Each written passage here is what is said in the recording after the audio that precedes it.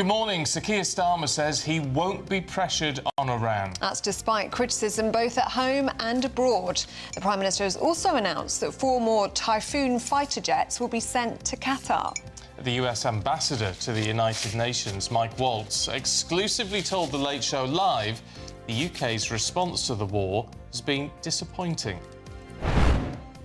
At the end of the day, President Trump knows that he is taking care of a long-standing problem.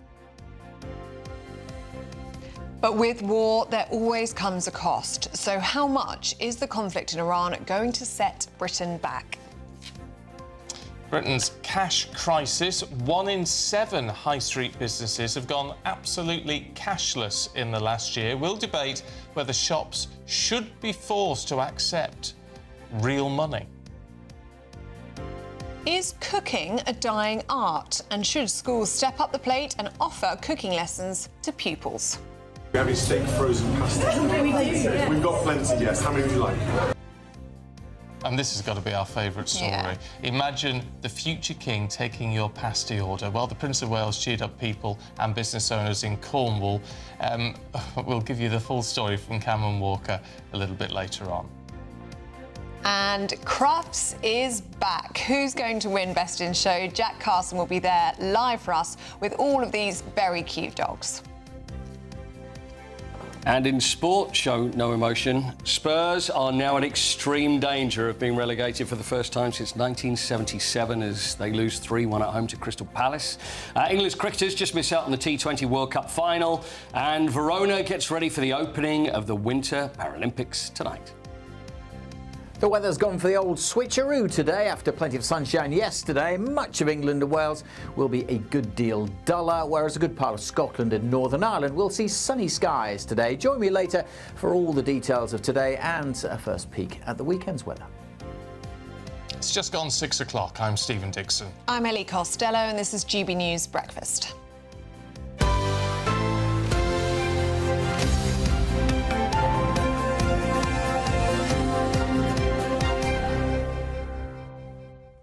Just before we get going, because as you know, the world is a bit of a gloomy place at the moment. It's a worrying time, and I think the story about the Prince of Wales is just the best thing. It really made me smile when I saw GB News clip yesterday. I watched that entire video on the GB News Instagram and just couldn't stop smiling. It was so lovely, wasn't it? Did you see it, Costello? Yeah, did he? So this is the bit. Did he take calls? Yeah. Well, Did he say? I don't think it was planned. No, I think he just answered the phone because it rang and he was stood there. Yeah. It's the person at the other end. That's what. I had Can no you imagine? idea. No idea. And would you think? I recognise that. And he didn't say anything. If you haven't seen the clip, head to the GB News Instagram and watch it through. But essentially, he just picks up the phone, doesn't he?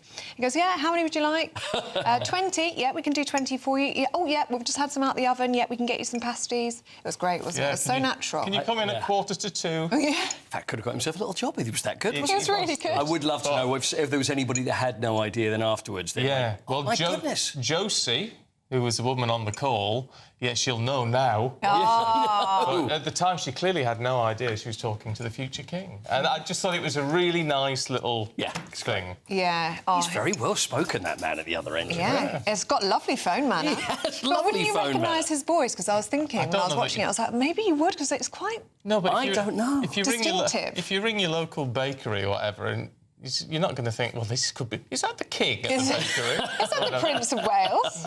No. Rings a bell. He's just quite posh. I never knew he worked there. But What a story, though. Shall we be telling everyone down the pub? Yeah, anyway, we've got a report from Cameron Walker a little bit later on. So you really will want to see that, because it's just something to smile about, which we need. We do need that right now, don't we? Yeah, it's all a bit depressing. But the Prime Minister has announced the deployment of 4 more Typhoon fighters to Qatar as the conflict in the Middle East grows. But Sir Keir Starmer insists the United Kingdom will not be joining the offensive strikes on Iran. Sending 4 additional Typhoon jets to join our squadron in Qatar, to strengthen our defensive operations in Qatar and across the region. Clearly, it's for the president to take decisions that he considers in the national interest, the right decisions for the US. I understand that, I respect that. But equally, it's for me, as the British Prime Minister, to take decisions that I consider to be in the best interest of the United Kingdom. Well, in stark contrast to Britain's response, President Trump delivered this update overnight. The United States military, together with the wonderful Israeli partners, continues to totally demolish the enemy far ahead of schedule. Well, Bev Turner was joined by the President of the United Nations Security Council, Mike Waltz, who hit out at the UK's response. Well, frankly, I think it's been a bit disappointing from our long-time diplomatic, military, intelligence ally in the United Kingdom. I think it's something we'll absolutely work through as allies and partners. But at the end of the day, President Trump knows that he is taking care of a long-standing problem before it truly, before the regime has the ability to come after all of us with a nuclear-tipped arsenal. Well, Director of Research of the Misgav Institute, Adi Schwartz, joins us now. Very good morning to you, Adi. Can we start with these comments from Sir Keir Starmer telling President Trump that he needs to negotiate with Iran, he needs to get round the table? Do you think it is possible at this point to de-escalate the situation through talks, or has it got past that point now? Yes, good morning. I think it definitely passed that moment. I think even from the response of Iran, you can see very clearly in the last couple of days, Iran attacked some dozen Gulf and Middle Eastern countries. So I think that at this point, we're past the moment of talk and discussions. Perhaps if there will be a different regime, a regime which is not bent on killing its own people and killing so many people in the region, then perhaps there will be a room to discuss the future, the peaceful future for both Iran and the Middle East.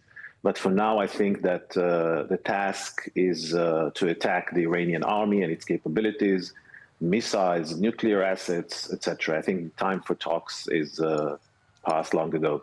Can I ask you what you think of the Iranian response since the death of Ayatollah Khamenei? We're seeing less of a response than perhaps we might have expected. Is this a weakened country as far as that is concerned? Has the United States achieved what it would have hoped to have achieved by this stage?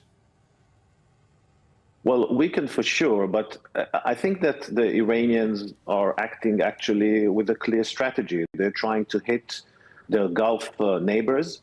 Perhaps they think that this is a weakest link. And by attacking these countries, perhaps pressuring President Trump to stop this attack.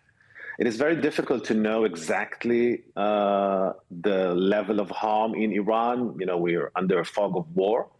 But it is clear that when you have such a strong military presence of the United States of America, plus Israel, plus some other defensive forces in the region, I think that in a couple of days we see, for example, that they have troubles in shooting missiles and rockets and drones all over the area. We know that their navy has been attacked, their missiles. So it's a little bit too soon to know. Don't forget that Iran, after all, is a country of 100 million, almost 100 million people, a very large country with bases all around. So it's not a, it's not a walk in the park. But hopefully, as long as it continues, then their capabilities will be less and less. And is it inevitable then that the regime will fall? Because they haven't got the leaders gone, 50 key officials taken out with him at the weekend. I mean, obviously there are many of the regime still remaining, but how long can they hang on for? Well, that's the million-dollar question. I think both the United States of America and Israel can weaken the regime, but ultimately the ones who will be responsible for creating their own next regime is the Iranian people. America, the United States, and Israel can attack the regime, but as we've seen before, there's a strong resentment inside the Iranian state, and this is something which is very, very difficult to guess from the outside. We know that the Iranians have prepared themselves to this scenario. They've clearly seen American army gathering around their shores and around their country. And we know that the Iranians are serious people. They probably thought about these scenarios, even the elimination of Ali Khamenei. So it's not going to be a walk in the park, but hopefully the Iranian people themselves will get rid of this regime. Yes, and clearly that's what the international community would like to see. But I wonder if we can gauge the response of the Iranian people at this stage. I mean, as you say, it's very difficult under the fog of war, and it's also difficult when you look at people who are already outside the country, many of whom are celebrating what has happened, but they're apart from it. They've already made their stance, if you like, by leaving the country. So are we getting any indication as to whether this is on a wide-scale level being welcomed within Iranian borders? So, to be honest, you know, as a historian, even if you look back, I think in the 80s, for example, 5 minutes before the Soviet Union collapsed, even the most seasoned Sovietologists could not guess the exact moment when the Soviet Union is going to collapse. So it is very, very difficult to know such things. We know that there is resentment. We have seen the protests, the mass protests only in January. So it's clearly something which is, you know, is present. How many exactly of the Iranian people support the regime? How many are willing to risk their lives and go out and, you know, be killed, actually? So that's a question for the next days and weeks. But I think that our job is to create the conditions, and the job of the Iranian people is ultimately to take care of their own future and regime. OK. Adi Schwartz, it's really good to talk to you. Thank you. Thank you very much. Well, let's speak now to former Attorney General Sir Michael Ellis, who joins us now. Good to see you this morning, Sir Michael. What do you make of Britain's response to this war in Iran? Well, I think it's delusional. The Prime Minister, frankly, is being crushingly naive. He's delusional for several reasons. He says proudly that he will act in Britain's interests. Well, I don't think that Iran having a nuclear weapon, which is clearly what they've been aiming for decades, is something that would have been in the United Kingdom's interests. I don't think the Iranian regime having intercontinental ballistic missiles or long-range ballistic missiles to add to their arsenal of medium and short-range ballistic missiles would have been in Britain's interest either. As we can see, even with medium-range missiles, they're able to strike at distances of up to 2,500 kilometres away, and their proxies can push further than that, as far as Cyprus. I don't think it's in the United Kingdom's interests to have an Iranian regime murdering tens of thousands of its own people and presenting a threat to international aviation and maritime trade in the region is concerned. So I don't see how he can argue, as he did at his press conference yesterday, that it's in the United Kingdom's interests to allow the theocracy of that regime to have continued. And the reason why I think it's also crushingly naive is because I think it's naive when he calls for a negotiated settlement. The Ayatollahs have strung along the West for the past 47 years, whilst also blowing up people, including hundreds of Americans over the last nearly half a century, and taking people hostage. So, but yet, so Michael, forgive me, but whereas there might be lots of things, as you perfectly outlined that are not necessarily in Britain's interest, it seems to fall down to, a lot of it at least, the argument that regime change and a preemptive attack of this nature does not fall within international law. That's the argument from the Prime Minister. It's the argument which apparently Lord Hermer, the current Attorney General, has made. You understand these things better than the rest of us and how international law works. Are they actually right? No, they're not right. And international law, well, this is part of the problem, of course, because international law can be defined by whoever is defining it, as we can see here clearly. So the Australians and Canadians operate under the same international law as we do. Their attorneys general have presumably said that this is fine, this action under their interpretation of international law, whereas the British Attorney General here says it isn't. And so it depends what spectrum you are looking at it from. And that's part of the problem. International law is not a mathematical equation. It's susceptible to the opinions of the person giving their opinion on it. But one thing I think is clear about international law, and that is that Article 51 of the United Nations Charter does empower countries to act both in self-defense and in the defense of others, called collective self-defense. And where we see a regime that is building nuclear weapons, has already enriched uranium to 60%, far greater enrichment than ever is needed for civilian use, one has to be willfully blind not to see the danger that regime has been posing to the West and continues to pose. And therefore, you don't have to wait, under any concept of international law, you don't have to wait until you're struck first in order to strike back. In the same way that an armed police officer on the streets of London doesn't have to wait for the bad guy to shoot at him first. He can shoot someone who is presenting a deadly threat. That same concept applies in international relations. You don't have to wait until they have a nuclear weapon and then you're hamstrung. You can act accordingly. And yes, it's depending on the definition of the person giving it, but it's interesting to note that many countries around the world have seen that it is within international law to take this action. And I think that that is correct. And I think the British government under Keir Starmer is wrong.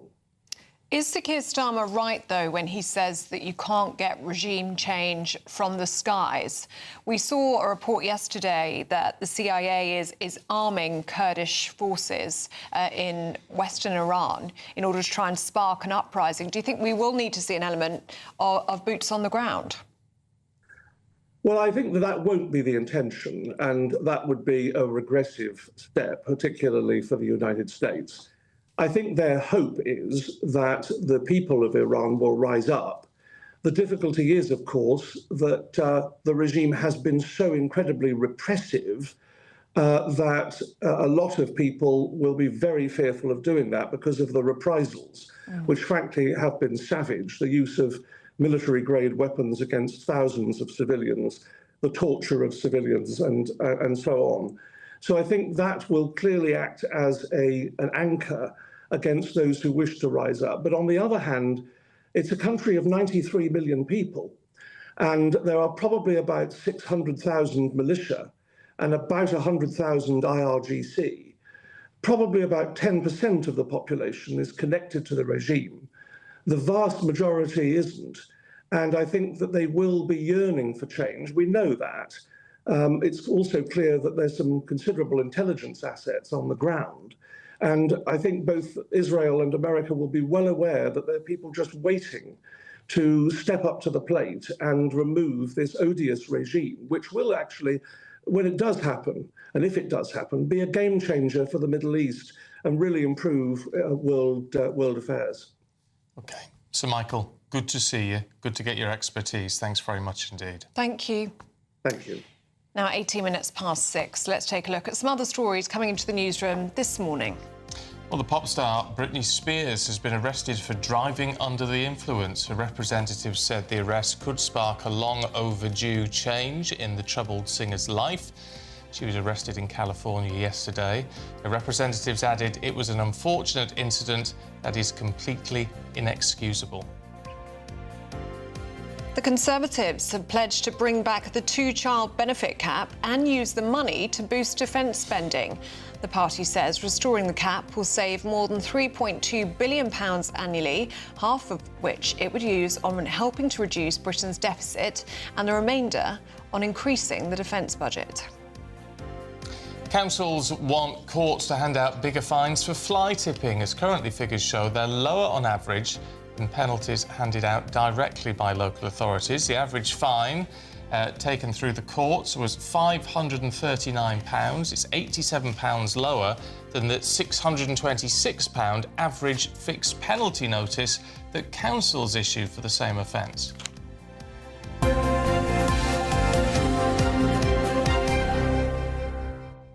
I think fly tipping's a disgrace. Isn't it just? And I actually saw some on the way into the office this morning. Huge, big pile of rubbish dumped on the side of the road. It's such an eyesore. It's awful. It's such awful. a mess for councils. I mean, I know it's a pain having to get rid of your rubbish, and I know if you're a business and things, then you have to pay to get rid of it. But I just don't think there's an excuse for dumping it and ruining everybody else's environment, frankly. Yeah, absolutely. Right, at 20 minutes past 6, let's get a check on the weather with Alex Deacon.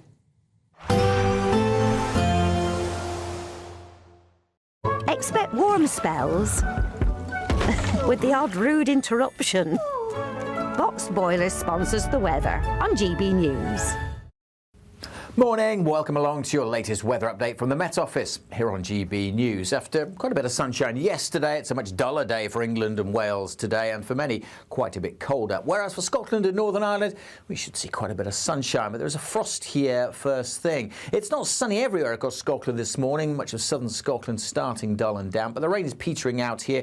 We're going to see outbreaks of rain pushing slowly into parts of central and southern England through the day. Nothing too heavy, but turning a little damp, certainly. And much more cloud than yesterday. As a result, a lot colder over northern England, the Midlands and Wales, 8 or 9 at best. We could still squeak into the teens across the southeast if it does brighten up here. But the sunniest weather certainly across Scotland and Northern Ireland, whereas further south it's going to stay fairly grey, I think, throughout the day.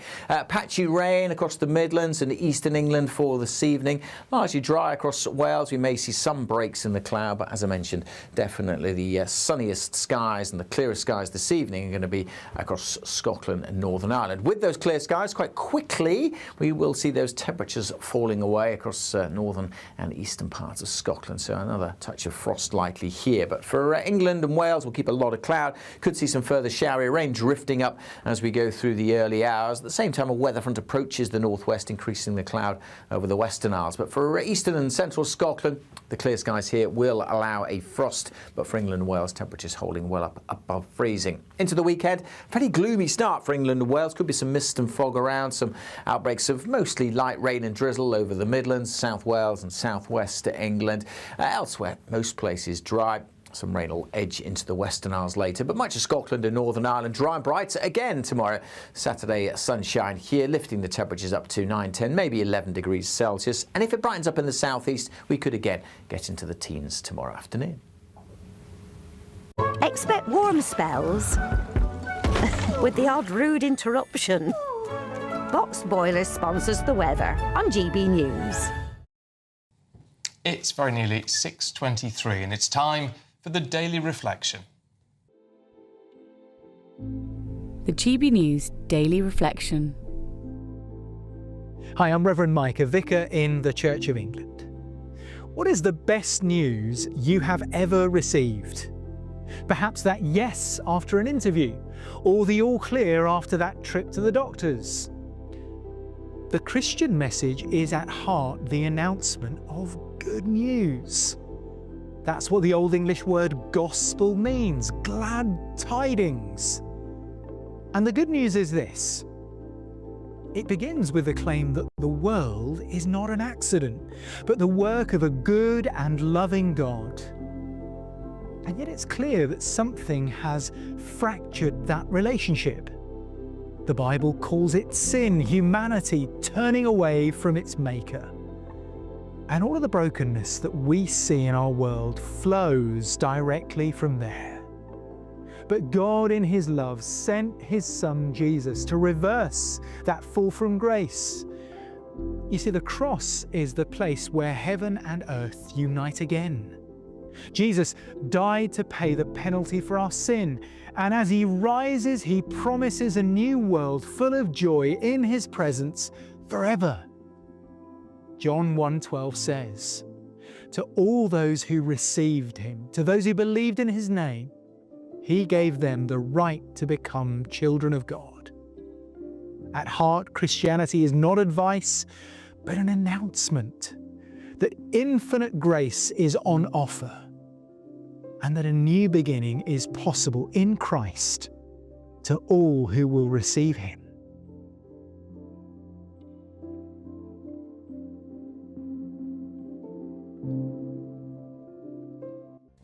Well, I think those daily reflections are more important now than ever, aren't they? Especially when of our world. Well, especially when it's looking towards trying to find joy in the world, which is hard to do when all this is going on. And a lot of us, even though we may not be certainly not at the moment, most of us are not directly affected by this. But it's still extremely worrying, isn't it? We fear for the future, understandably so. Of course. Now, at 25 minutes past 6, do stay with us, still to come. How much are asylum seekers being offered to leave Britain? We're going to be talking about this after the break with Duncan Barks.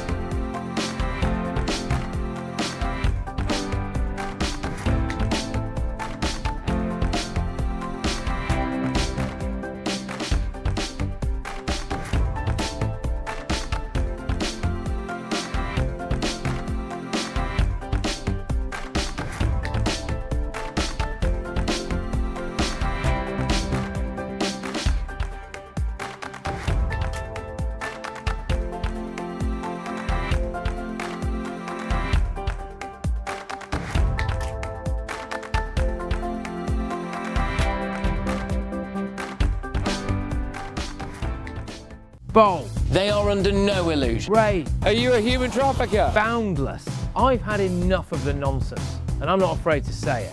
Don't get us on the BBC. Every weeknight, I tear through the headlines. The smell of gasoline. Should we be worried about it? From Westminster madness to cultural war chaos. What I'm going to do now is they are throwing things out the car as we speak. Get ready, Britain. Here we go. Patrick Christie tonight, weeknights from 9 p.m. only on GB News, Britain's news channel. 5 hosts, 5 opinions, 5 fearless debates, 5 unfiltered takes on the day's news. 5 reasons not to be anywhere else on Saturday night. This is the Saturday 5. You got me. You got me good there. Britain's biggest Saturday night TV show. It's not a bad brand. Yeah. Uncensored. Very, very racy tonight on the unpredictable. What did she say? Can you translate it for us? And always entertaining. And how can a country go from being led by William Wallace Saturday nights from 6 p.m. only on GB News, the People's Channel. Britain's news channel. You're going to want to stay tuned, trust me. At GB News, we love to hear from you, our loyal community. So drop us a line at gbnews.com/yoursay. There you can talk to each other and also to the presenters live on air. gbnews.com/yoursay, because GB News is your channel, Britain's news channel.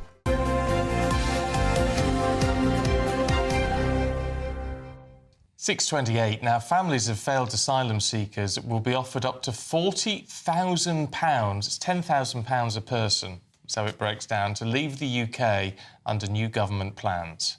Government will now pilot a similar model for families who are failed asylum seekers, a small number of whom will now be offered an increased incentive payment of £10,000 per person and up to a maximum of £40,000 per family.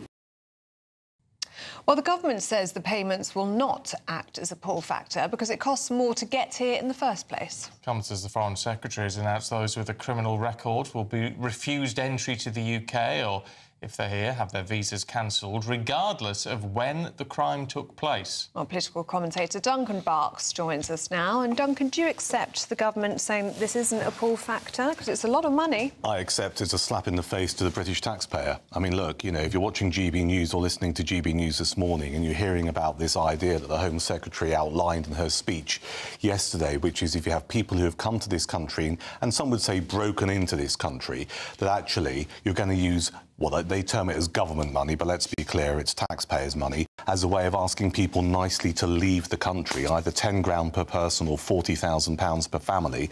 I think you'll hear this news and see this news and think it's just taking the mick.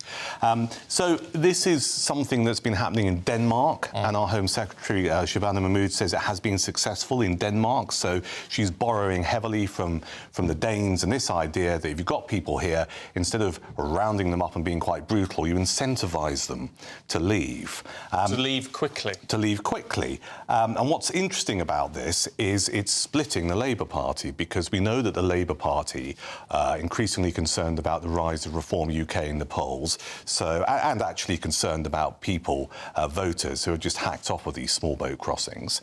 And what you find yourself seeing is that Labour, particularly the Home Secretary, are trying to be tough on this form of illegal migration, but then a big rump of backbench MPs are going, hang on a second, this is not what the Labour Party is about. So there's a guy called Tony Vaughan, he's Labour MP for Folkestone and Hythe, and he's saying he's got a letter already with 100 signatures plus on it saying they're against this idea because it's a little bit too tough. And this is the MP for Folkestone, saying? Yeah, Folkestone and Hythe. He says it undermines the government's... impacted by this directly in his potentially. Yeah. He says it undermines the government's commitment to integration and social cohesion. The issue is, and I totally get people looking at this and saying, just given a whole load of money for nothing when we're struggling.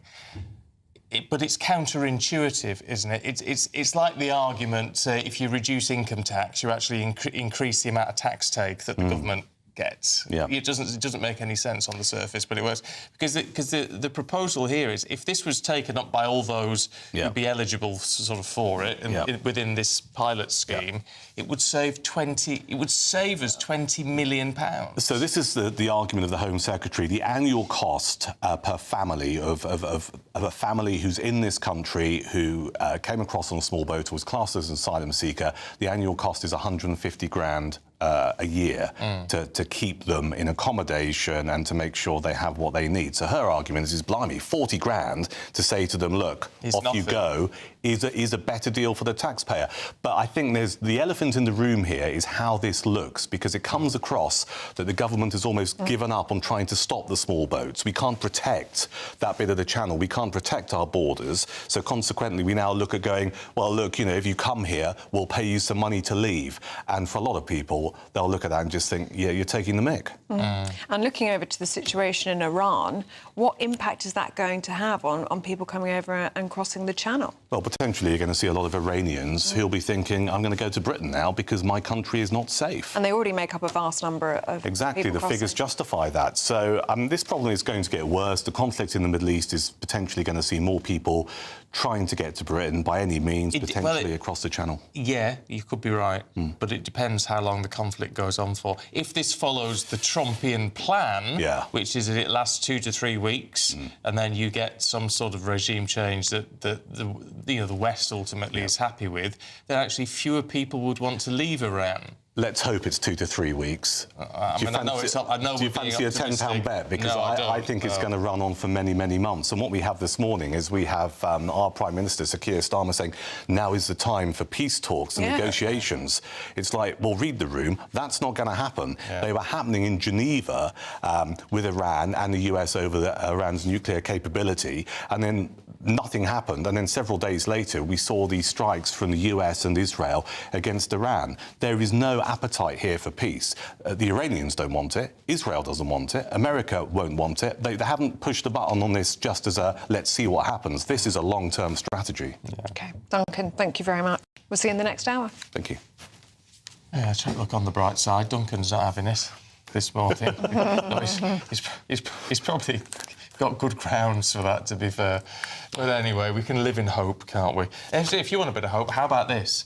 And it's our biggest prize of the year so far. You could drive away with a camper van, absolutely brand spanking new, worth £67,000. But that's not all. Also, 25 grand in tax-free cash up for grabs as well. Here are all of the details that you need.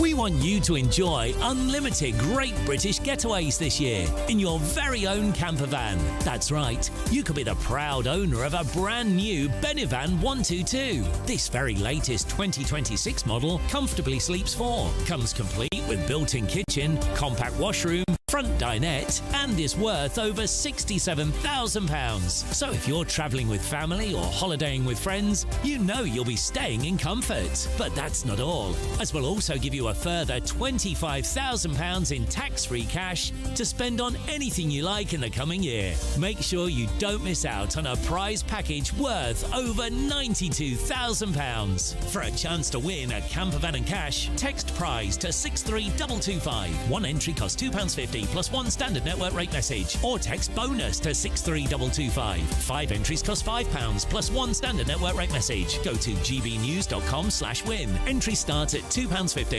Call 0903 686 3232. Calls cost £2.50 plus your network access charge. Or post your name and number to GB20 PO Box 8690 Derby DE1 9TT. Entrance must be 18 or over. Lines close at 4 p.m. on the 1st of May. The winner may be contacted live after all entry routes are closed. Please check the closing time if listening or watching on demand. Good luck. Now, if you're heading to work or school this morning, here's your traffic and travel update.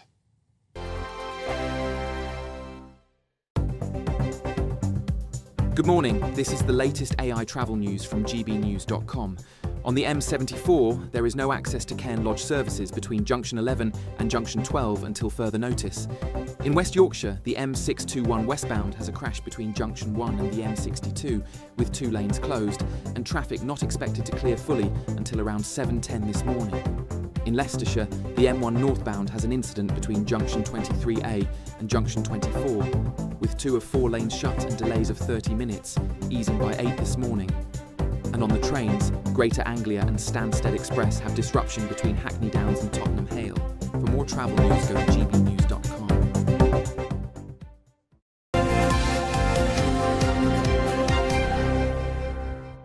Now, still to come, I've got a very upset husband at home. Oh, have you? It's a very bad night for Spurs fans. Oh, dear. It's not good. Very bad for Paul Coyte too. It's bad for him as well. Yeah. Anyway, we'll console him in a couple of minutes.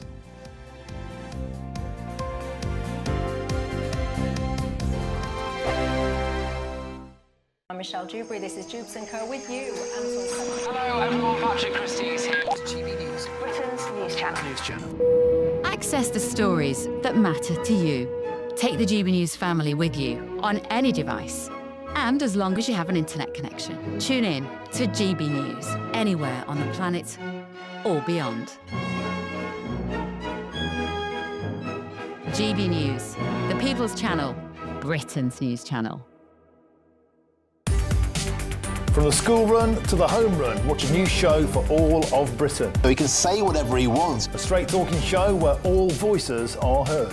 And, you know, when are we going to stop talking about smashing the gangs and actually do it? With the stories that matter from every part of our country. There's a bit of a crash landing there for your Chancellor. Bold, fearless and standing up for you. That's me, Martin Daubney, 3 p.m. till 6 p.m, weekdays, here only on GB News. The People's Channel, Britain's news channel. Westminster's full of talk, but out here, It's the real world. Am I allowed to talk now? No, that's it. This is where it matters, real people and real lives. That's what politics is all about. In fact, has Trump made a good start? No. Straight answers, no spin, and just a couple of pints. How many fingers have I ever got up? About 10. So join me for Lee Anderson's Real World every Friday at 7 p.m. only on GB News. The People's Channel, Britain's news channel. You want to know what's really going on in the corridors of power? Labour don't know what to do with you half the time, and that makes you quite lethal in the chamber. Get behind the headlines with Chopper's Political Podcast. Join me, Christopher Hope, as I sit down with the great and the good of British politics. We'll see where this ruling takes us. These are the stories shaping our nation. Chopper's Political Podcast, available now on all platforms. Listen in and stay ahead. Decisions made in Washington aren't just shaping America, they're shaping Britain too. From migration to global security, from crime to health. Whatever happens in the White House today will be felt in your town or city tomorrow. That's why The Late Show is live from Washington, DC. Cutting through the politics to show you what it all means for Britain. The Late Show live every night at midnight. Only on GB News, Britain's news channel. Exciting news. Every Friday, my Patrick Christie's Tonight Show is going to have a twist to it. We're welcoming some special guests. You. That's right, on Fridays I'm going to be doing my show in front of a live studio audience because this show is about you and what you have to say. It's going to be the same big debates, same big topics, same big opinions. But every Friday night at 9 p.m, you are invited to come on down to Patrick Christie's Tonight to be a part of the action. Only on GB News, the People's Channel, Britain's news channel. GB Loyalty Points is here. They're our way of saying thank you for spending time with GB News. Through commenting on your say, voting in You Decide polls and shaping the debate, you can earn GB Loyalty Points. Unlock rewards, reach milestones and climb leaderboards. Don't just watch our programmes, come and be part of them. Get started by scanning the QR code or go to gbnews.com/loyalty points.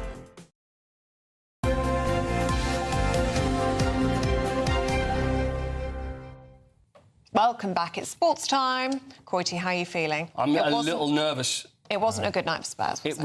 It really wasn't a good night. Spurs 1, Crystal Palace 3. So I'll go through some facts here which are not good for Spurs fans. 49 years since Spurs were last relegated. Ooh. Haven't won in the Premier League in 2026. Won 2 games at home all season, 1 point now above the drop zone, and just below them, you've got Nottingham Forest, who are playing OK. They've got a result against Manchester City. West Ham, they managed to beat Fulham. They're playing well at the moment. And at the moment, the team that looks most likely, and it's... You know, I'm a Spurs fan, but it is, for the Premier League, it's almost unthinkable that a team as big as Spurs can go down. And although you may get, funny enough, I had an event yesterday to host with Ray Parlour, who's a legendary Arsenal player, full of Arsenal fans. And whether they knew my allegiances, I was sort of like keeping out of the way. And I could hear them all saying, oh, yeah, it'd be great. Can you imagine if we win the Premier League and Spurs go down? But what they would then miss out on is a North London derby, and all the rivals would then think, hold on, we miss out on that game. So how it's going to go, I don't know. Igor Tudor, now, this is the man who's well, I say he's the interim manager. I suppose he is, but he's Croatian. And he's like a Red Adair figure. The whole idea is that he comes in and he'll come in and sort the situation. Never lost his first game when he's come into that situation. He's now lost all 3 as manager. And what he said yesterday was pretty interesting. So let's hear what Igor Tudor had to say after the game. Maybe it will sound strange, but I believe more after this game than I believe before. I saw something. I need to choose the right guys because the boat, I said, down is going in the direction that I want to go, that need to go, and who is in the boat can stay. Otherwise, can bow down. How you say that? Leave the boat. So when the other players will come back, and choosing the rights, I'm sure that we'll have a good teams and the victory will come back. Oh, dear. You know what? They've got to say, I see something, but how can you see something? Because I didn't see anything yesterday. So that is a huge worry. But anyway, on we go. Goes to the FA Cup this weekend. So Spurs have got a break now. It's about 10 days until the next game. And there's a lot of very worried people. And the amount of people that left after that third goal went in. And there was this exodus. It's a worrying time. It's a worrying time.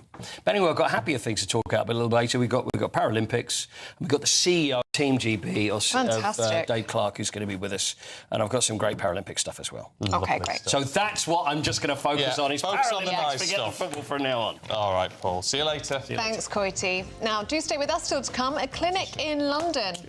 Probably best. Pass them a tissue. Thank you. You put on a brave face. It was very good. Thank you. Now, Tuesday with us still to come. A London clinic has carried out groundbreaking surgery. We're going to talk about that in a minute. In the papers with Emma Trimble and Bill Rammell in just a moment. So, here's your European forecast. Ready to soak up that holiday sunshine? Won't we need some cover? No worries. All sorted. All Clear Travel Insurance sponsors GB News Travel Destinations Forecast. Portugal's looking sunnier on Saturday, but further heavy rain to come across Mallorca and the eastern side of Spain. The odd shower possible for the Canaries, but generally sunny spells here and for Madeira. Fine day in Portugal after the heavy downpours of Friday. Still some heavy showers to come, though, on the east coast of Spain and for the Balearics, Sardinia and Sicily too. Mostly fine in Greece with some sunny spells. It'll stay fine in Santorini. The showers easing in Barcelona by Monday. All Clear Travel Insurance sponsors GB News Travel Destinations Forecast. At GB News, we love to hear from you, our loyal community. So drop us a line at gbnews.com/yoursay. There you can talk to each other and also to the presenters live on air. gbnews.com/yoursay, because GB News is your channel, Britain's news channel. This is GB News, Britain's news channel. They really are. And William, of course, president of BAFTA, they were there, William and Catherine, to celebrate the best of British talent and creativity. And for the Princess, she hadn't done it for the last couple of years because of her cancer journey. So to have them back there with the full glam of the Princess wearing this beautiful floor-length Gucci dress on most of the front pages this morning perhaps shows the power that they do have in terms of celebrating British creativity. But we've got this elephant in the room, don't we? And that is what's happening with Andrew. Well, we've got William's comments on all the front pages. Yeah, front page of The Sun, Will's I'm not in a calm state, front page of my paper, The Daily Mail, exactly that. He would have wanted those words to be out there. Very clearly at the Duchess of Kent's funeral, he was so uncomfortable stood next to him. He really was, refused to engage in any conversation. It was very obvious William's point of view on that one. And I think for the British public, maybe the Waleses will be hoping that the public will judge those two, the future of the monarchy, on their actions and their dedication to service and duty, rather than the alleged alleged kind of conduct of Andrew Mountbatten Windsor. Do you think, reading through the lines, William is absolutely fuming about the whole thing, hates that he's been caught up in it at all, and I'm not in a calm state is a bit of a euphemism? I expect he wants to come out and say to journalists, look, it's nothing to do with me. Please keep me away from this. It's not my fault. Yeah, I mean, William's been given a lot of opportunities over the last week since Andrew's arrest to release some kind of statement, and they've declined to do so. We've been told by sources close to William that, you know, he fully supports his father's statement, particularly when it comes to the law must now take his course. This is the King's statement following Andrew's arrest. I think for William, he is focused on the future and safeguarding the future of the monarchy. GB News, the People's Channel.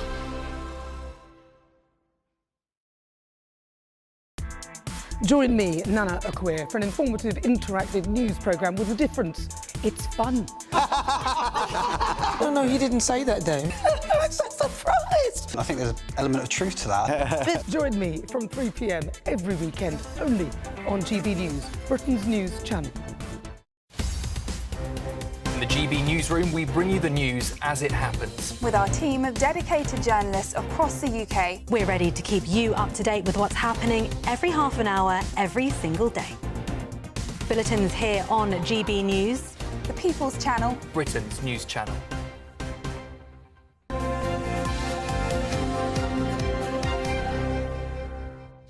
Right, let's have a look at the front pages for you this morning. The Telegraph has Sir Keir Starmer's plea for US-Iran negotiations. Yes, The Guardian's top story says 500,000 residents in Beirut's southern suburbs have been told by the Israeli military to evacuate. It's amid further strikes on Lebanon. The Mirror reports that the Defence Secretary had to take cover twice as drones threatened RAF Akrotiri during his visit there.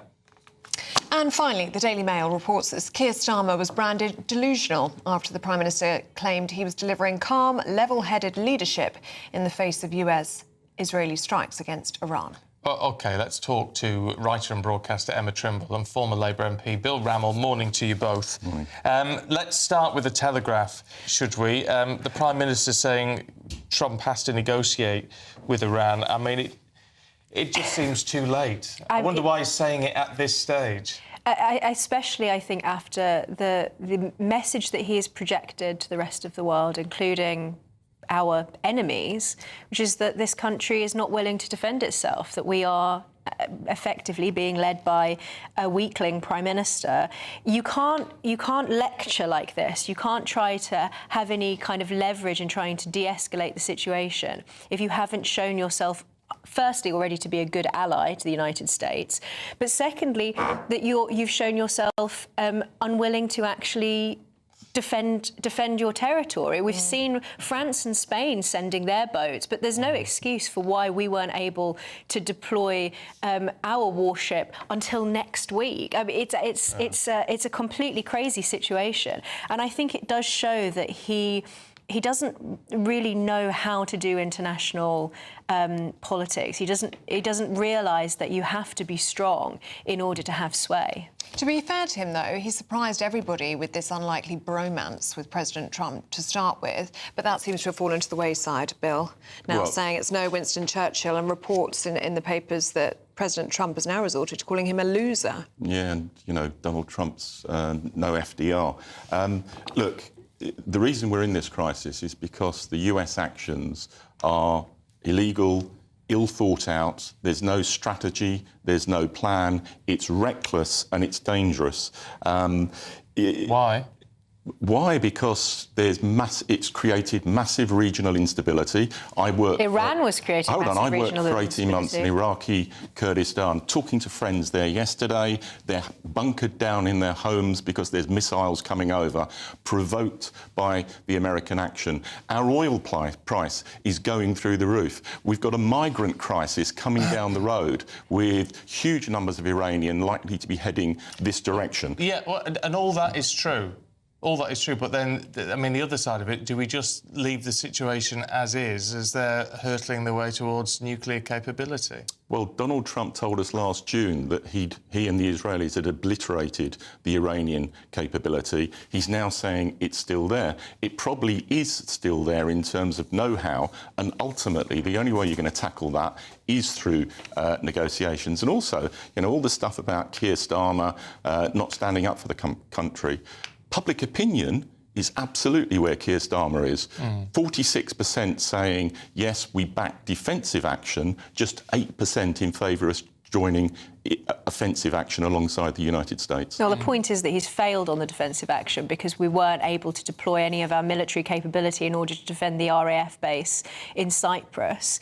I was just going to say, that's worth responding to, Bill, because that's a fair point, isn't it? All the military experts we've spoken to have said they knew this was coming. There would ordinarily be a pre-deployment. The Royal Navy would be ready. This has been a political decision not to pre-deploy. Well, no, as Keir Starmer said yesterday, we've been deploying assets in terms of anti-drone capability. Yes, but not anti-ballistic missile capability. Yeah, but that's where we've changed stance for defensive actions, and we're giving the US authority to use our bases to target that ballistic missile capability. The other issue in terms of the ship, it is a reality that our naval capability has been downgraded over decades by successive governments. There's now a programme to refurbish and bring forward new frigates, but that's not going to be there until the end of the decade. And that's why, you know, a lot of the ships are in for repair, and why it's going to take a week or more for that ship to arrive. Well, Bill, you're saying the same as Keir Starmer that we need to negotiate with Iran, but what's quite clear is that negotiation hasn't worked. There have been 20 terror attacks that have been foiled connected to Iran in the last year here in the UK. You said that this is destabilising to the region. Yes, of course, any war is destabilising to the region. The Middle East is extremely complicated, and this could end very, very badly. But the reality is that Iran itself has been the most destabilising force in the region. And I think from the American perspective, whether you think this war is illegal or not, they have had a tiny slither of time, a moment where they could step in when people were rising up against the regime and it was particularly weakened, when they could come in and strike. And I think that's why they have chosen to do this right now. All right, we've got to leave it, but thank you both. We'll see you a little bit later on. And for now, let's get a check on the weather with Alex Deacon.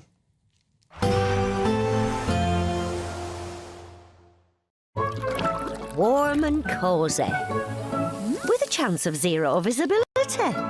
Boxed Boiler sponsors the weather on GB News. Morning, welcome along to your latest weather update from the Met Office here on GB News. After quite a bit of sunshine yesterday, it's a much duller day for England and Wales today, and for many, quite a bit colder. Whereas for Scotland and Northern Ireland, we should see quite a bit of sunshine, but there's a frost here first thing. It's not sunny everywhere across Scotland this morning, much of southern Scotland starting dull and damp, but the rain is petering out here. We're going to see outbreaks of rain pushing slowly into parts of central and southern England through the day. Nothing too heavy, but turning a little damp, certainly, and much more cloud than yesterday. As a result, a lot colder over northern England, the Midlands and Wales, 8 or 9 at best. We could still squeak into the teens across the southeast if it does brighten up here. But the sunniest weather certainly across Scotland and Northern Ireland, whereas further south it's going to stay fairly grey, I think, throughout the day.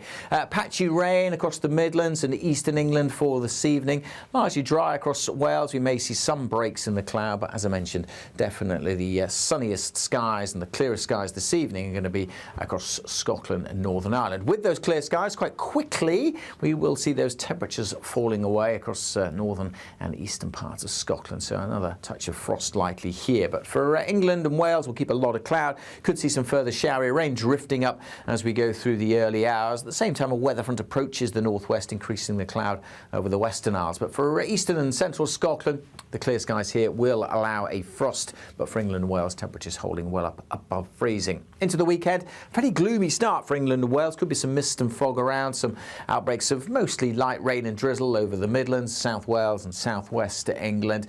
Elsewhere, most places dry. Some rain will edge into the Western Isles later, but much of Scotland and Northern Ireland dry and bright again tomorrow. Saturday, sunshine here, lifting the temperatures up to 9, 10, maybe 11 degrees Celsius. And if it brightens up in the southeast, we could again get into the teens tomorrow afternoon. Warm and cosy, with a chance of zero visibility.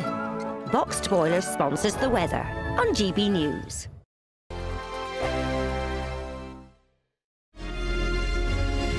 Thank you, Britain, for the thousands of you who are becoming friends of GB News each and every week.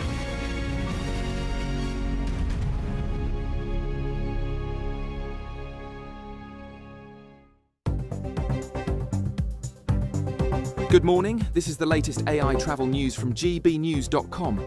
On the A9 southbound at Green Loaning, traffic is restricted after a broken down vehicle. In West Yorkshire, the M621 westbound is queuing between Junction 1 and the M62 after a crash, with 2 of 3 lanes closed. Conditions should improve after 7:45 this morning. In Leicestershire, the M1 northbound is slow between Junction 23A and Junction 24 following a collision, with 2 of 4 lanes shut and delays of around 30 minutes, easing after 8:30 this morning. And on the trains, southern services are disrupted between Barnham and Arundel. For more travel news, go to gbnews.com. As soon as it hits 11 and the headlines come in, Late Edition brings you the breaking news from all the front pages. because the news is going to happen. So get a head start today. Patrick Christie's tonight, Late Edition. Alex Armstrong tonight, Late Edition. From 11 o'clock every night. Only on GB News, the People's Channel, Britain's news channel. Britain deserves a newsroom that puts the facts and your voice first. Well, and that's what you get on GB News. Lively debates, lively conversation. And we're not afraid to hold power to account. And each other. So join me, Andrew Pierce. And me, Miriam Gates, for Britain's Newsroom, weekdays from 9:30 on GB News. At GB News, we love to hear from you, our loyal community. So drop us a line at gbnews.com/yoursay. There you can talk to each other and also to the presenters live on air. gbnews.com/yoursay, because GB News is your channel, Britain's news channel. Bold. They are under no illusion. Ray. Are you a human trafficker? Boundless. I've had enough of the nonsense, and I'm not afraid to say it. Don't get this on the BBC. Every weeknight, I tear through the headlines. The smell of gasoline. Should we be worried about it? From Westminster madness to cultural war chaos. What I'm going to do now, they are throwing things out the car as we speak. Get ready, Britain. Here we go. Patrick Christie's tonight, weeknights from 9 p.m, only on GB News, Britain's news channel. You want to know what's really going on in the corridors of power? Labour don't know what to do with you half the time, and that makes you quite lethal in the chamber. Get behind the headlines with Chopper's Political Podcast. Join me, Christopher Hope, as I sit down with the great and the good of British politics. We'll see where this ruling takes us. These are the stories shaping our nation. Chopper's Political Podcast, available now on all platforms. Listen in and stay ahead.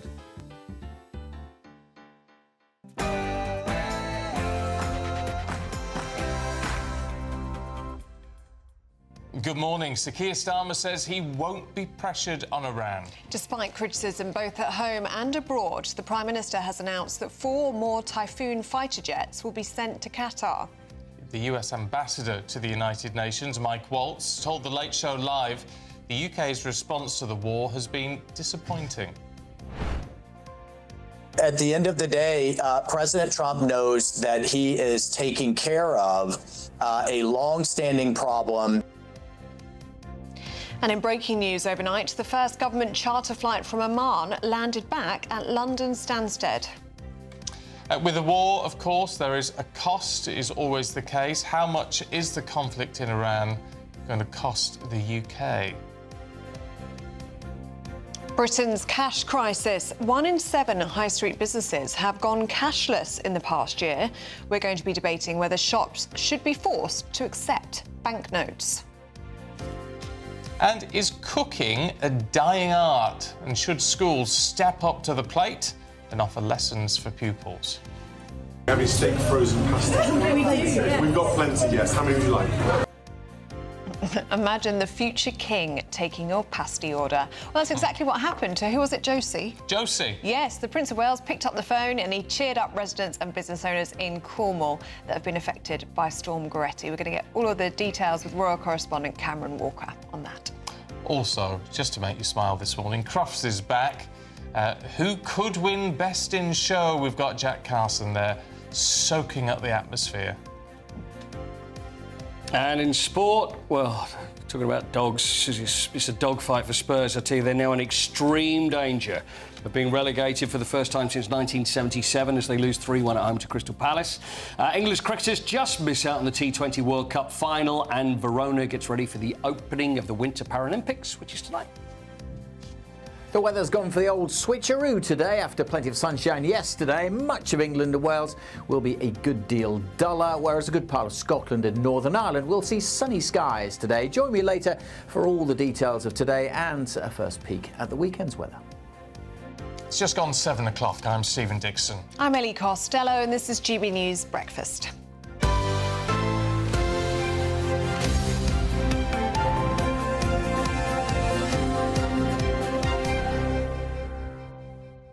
I know there's a lot of grim stuff and worrying stuff to get through today and for the next, well, weeks and months. Who probably. knows, yeah. So a bit of light and shade, because we need your thoughts on something this morning before we get into the heavy stuff, because Ellie wants a dog.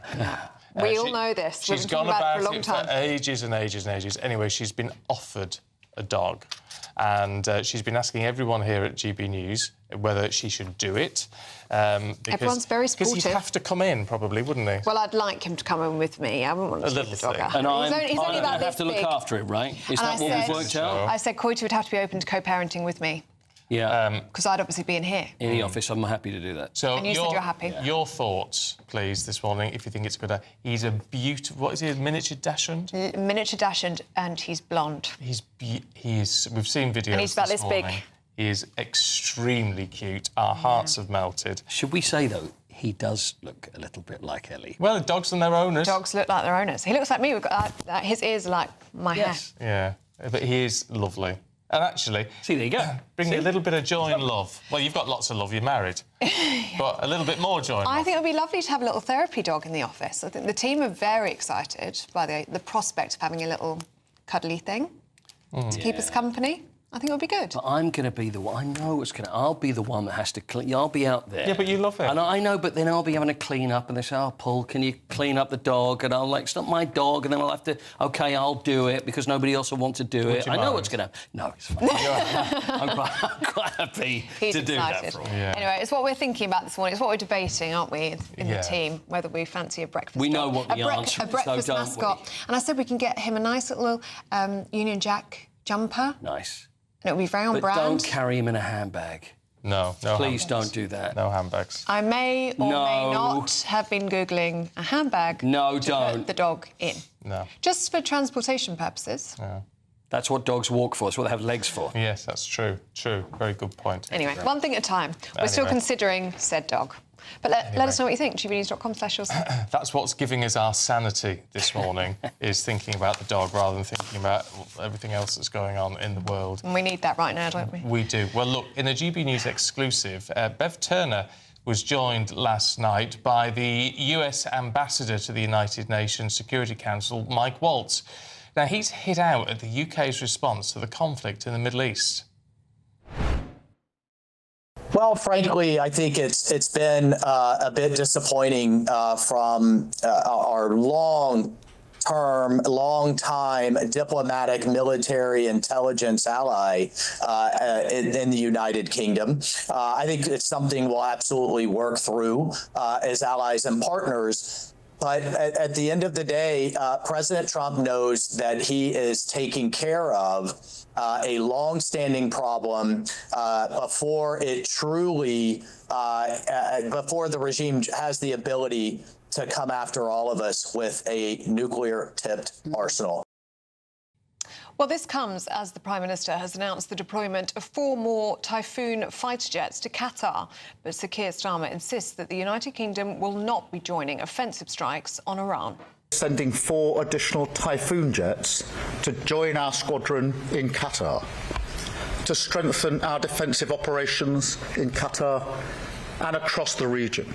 Clearly, it's for the President to take decisions that he considers in the national interest, the right decisions for the US.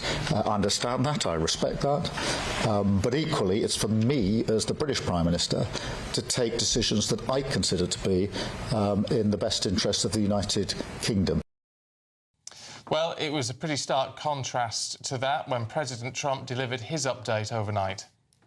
The United States military, together with the wonderful Israeli partners, continues to totally demolish the enemy far ahead of schedule.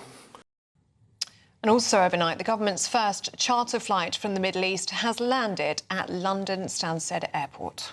Let's talk to Defence and Foreign Affairs Editor at The Telegraph, Con Coughlin. Con, good to see you this morning. You've seen and observed and analysed more of these sort of things than the rest of us. What's your take on where we are with this situation and the political responses we're having? Well, I think basically we're in no man's land, to use a sort of military term. I mean, I think everything the government's doing is they're just sort of digging themselves a deeper hole. It's quite evident now that they made no serious preparation for this conflict, even though the Americans have been signalling for 2 months that they were looking to do something with Iran, assembling the biggest military force in the region since the invasion of Iraq 20 years ago. And, you know, we are still playing catch-up. We're sending a few more warplanes. We're sending a destroyer that might get there in 2 weeks' time. I mean, these are token gestures. And I think it's not just President Trump and Mike Waltz who are getting very frustrated with, and that's a polite term, with the UK. Just look at our allies in the region, the Gulf states and Cyprus. They've all said, you know, our response has been deeply underwhelming. And, you know, we will find out very soon that, you know, if you want to defend yourself, sometimes you have to take offensive action. And we've already seen our warplanes shooting down drones. You know, that's an offensive action. So, you know, Starmer's just getting himself in an enormous muddle over this and just showing, to my mind, that, you know, his ineptitude and, you know, how unsuited he is to be a wartime leader of this country. But, Con, do we have the capabilities for offensive action? We keep hearing so much about how hollowed out our armed forces are. Would that be an option on the table for us? Is this simply a political decision? Well, as you indicate, I've been covering this sort of thing for more than 4 decades now. And the one thing I've learned about our military is even, you know, when resources are limited, the can-do attitude is that, you know, that they will get themselves sorted and in an ability to provide a proper, robust, effective force very quickly indeed. And certainly in this context, let us not forget, we have just built 2 very expensive aircraft carriers. And when we commissioned them 20 years ago, the idea was they worked alongside the American military. The Americans have 2 aircraft carrier battle groups in the region. At the very least, we could send one of the aircraft carriers in a battle group to the region, and that would send a very, very clear signal to Iran that we meant business, if just to defend our interests, and it would send a very clear signal to our allies in the region that we were prepared to protect our interests and theirs. And at a stroke, you know, we would be back in the game. The French have sent their aircraft carrier, but you know, ours is just sort of languishing somewhere in the Solent, as far as I can tell. We always seem to be falling back on the argument. I mean, I know there's the issue with HMS Dragon and whatever has held that up, but it comes back to the argument of legality on all of this. And talking to former MP Bill Rammell earlier on, just saying, well, you know, he agrees with Keir Starmer, this is not a legal conflict. Well, doesn't Keir Starmer therefore have a responsibility to try and keep us out of anything offensive? Well, I mean, you know, lawyers will always find arguments, and if you are a leader in any situation, you decide what you want to do, and then you get the lawyers to work out how you justify it. That is how you lead anything, be it a company or a country. Whereas Starmer, with his human rights legal background, his default position is first to see what the law says rather than what the country needs. So this is why he gets himself in the state. And on the legal front itself, let us not forget that for more than 3 decades, Iran has flouted international law, not least with regard to its nuclear program. It has never complied with its international obligations under international law to come clean with what it's really up to. It has supported a network of terror groups around the world, not just in the Middle East, including here in this country, again, a breach of international law. So, you know, why don't we concentrate on what the Iranians have been doing and why their conduct means that they no longer have the protection of international law, rather than shooting ourselves in the foot, which is exactly what Starmer's doing today. Con, always good to get your analysis. Thank you very much for joining us. My pleasure. I have to say, I get increasingly frustrated by the international law argument on this, and I'm not saying that there shouldn't be international norms and rules and things of that nature, but it's when something like this happens and you have 2, you know, absolutely diametrically opposed arguments, and people saying, well, it's absolute, this is an illegal conflict, and then the other side saying, well, it's not. So, I mean, who do you believe on this? You know, I don't know. And I just think, I sometimes wonder if it is used as an excuse to not do something, because well, we don't think it's in international law.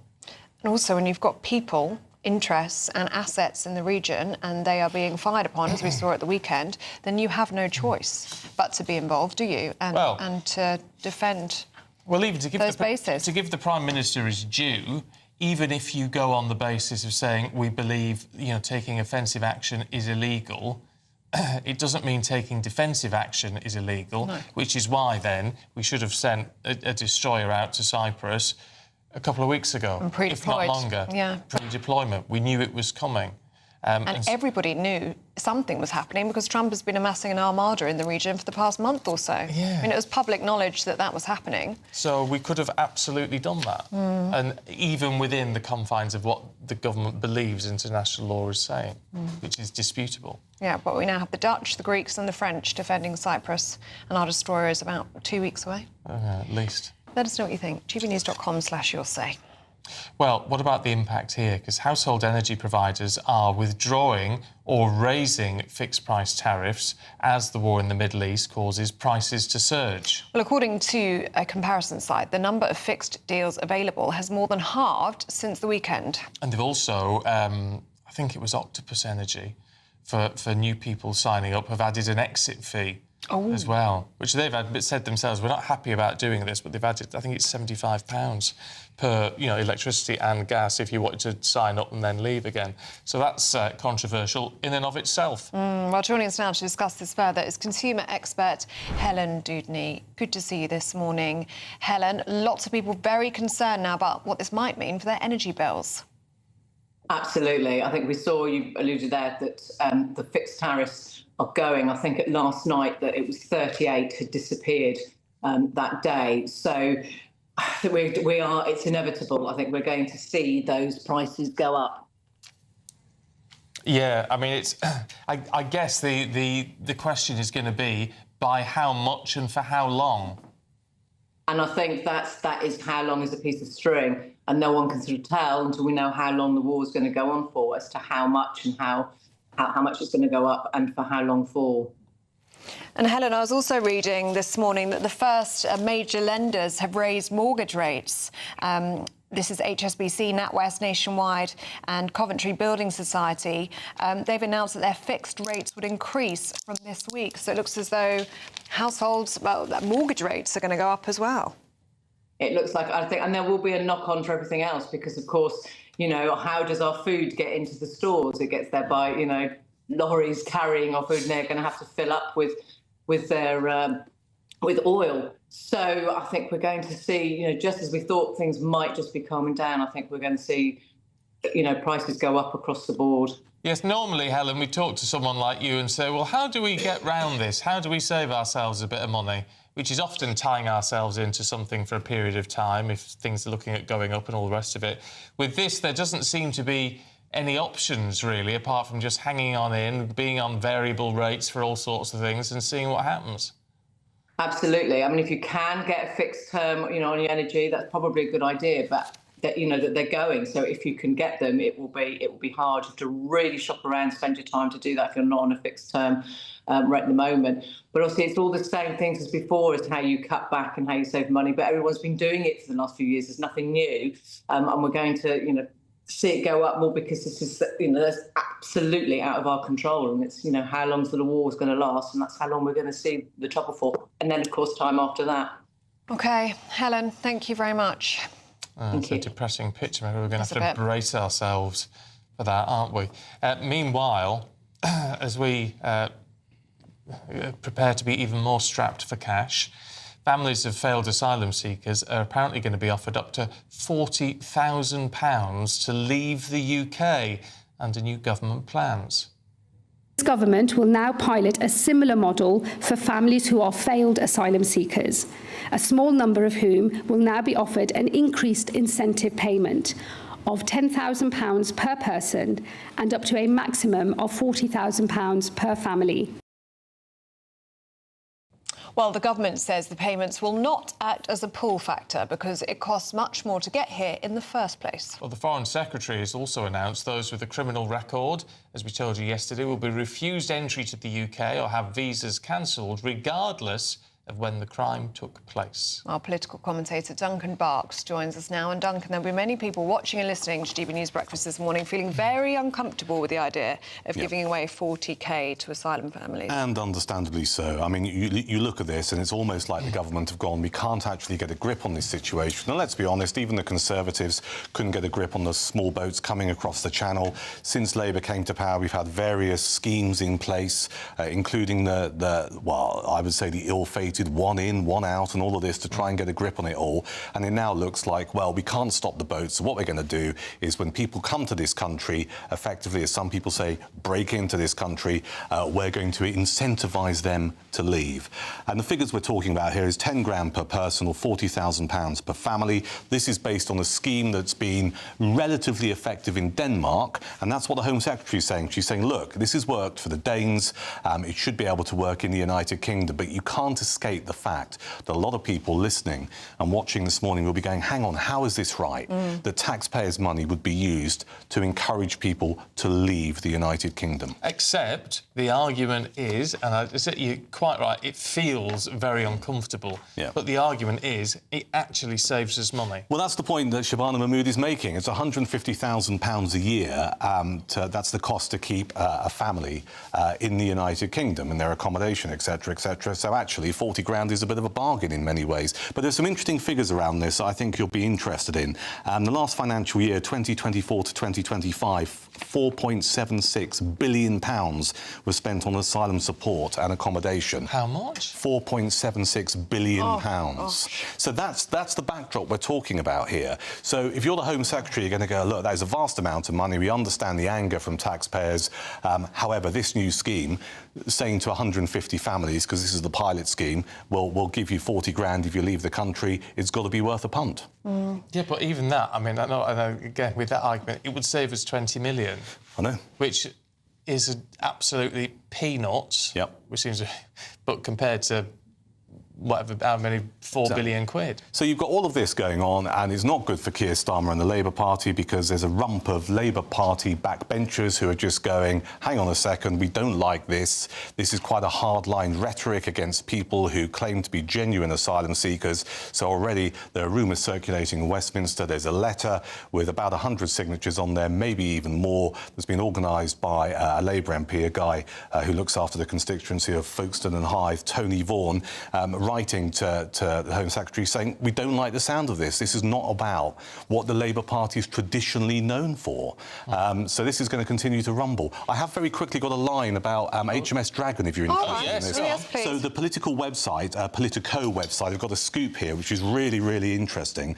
They're saying efforts to get HMS Dragon, which is currently in Pompey and Portsmouth, combat ready, has been slowed by a cut in working hours at the naval base. This is according to the Prospect Union, who represent workers there. The MOD renegotiated its Serco contract last year, shifting from a 24/7 cover situation to 9 to 5, a 9 to 5 working day schedule. Prospect, the union, says that change fed into the delay in sending a warship to respond to the Iranian drone strike in Cyprus. So we're trying to prepare a Type 45 destroyer to defend our base and our allies in the region. And the people working on it, because of the unions, are just doing 9 to 5. 9 to 5. The MOD renegotiated the contract with Serco. For the record, both Serco and the MOD strongly deny this, but it's an interesting line that's just appeared this morning. Yeah, thank you for bringing that to us, Duncan. Gosh, should be working around the clock to get you just would. in a time of war. Yeah, you just pull out all the stops. Well, look, I'm old enough to remember Pompey, because I don't live too far away from it, the Portsmouth naval days, where you could go and see our fleet in the 80s, and there were aircraft carriers like Illustrious and Invincible and Ark Royal and stuff, loads of frigates and destroyers, and you look around the port today and it's a shadow of its former self. It really is. All right, Duncan, thank you.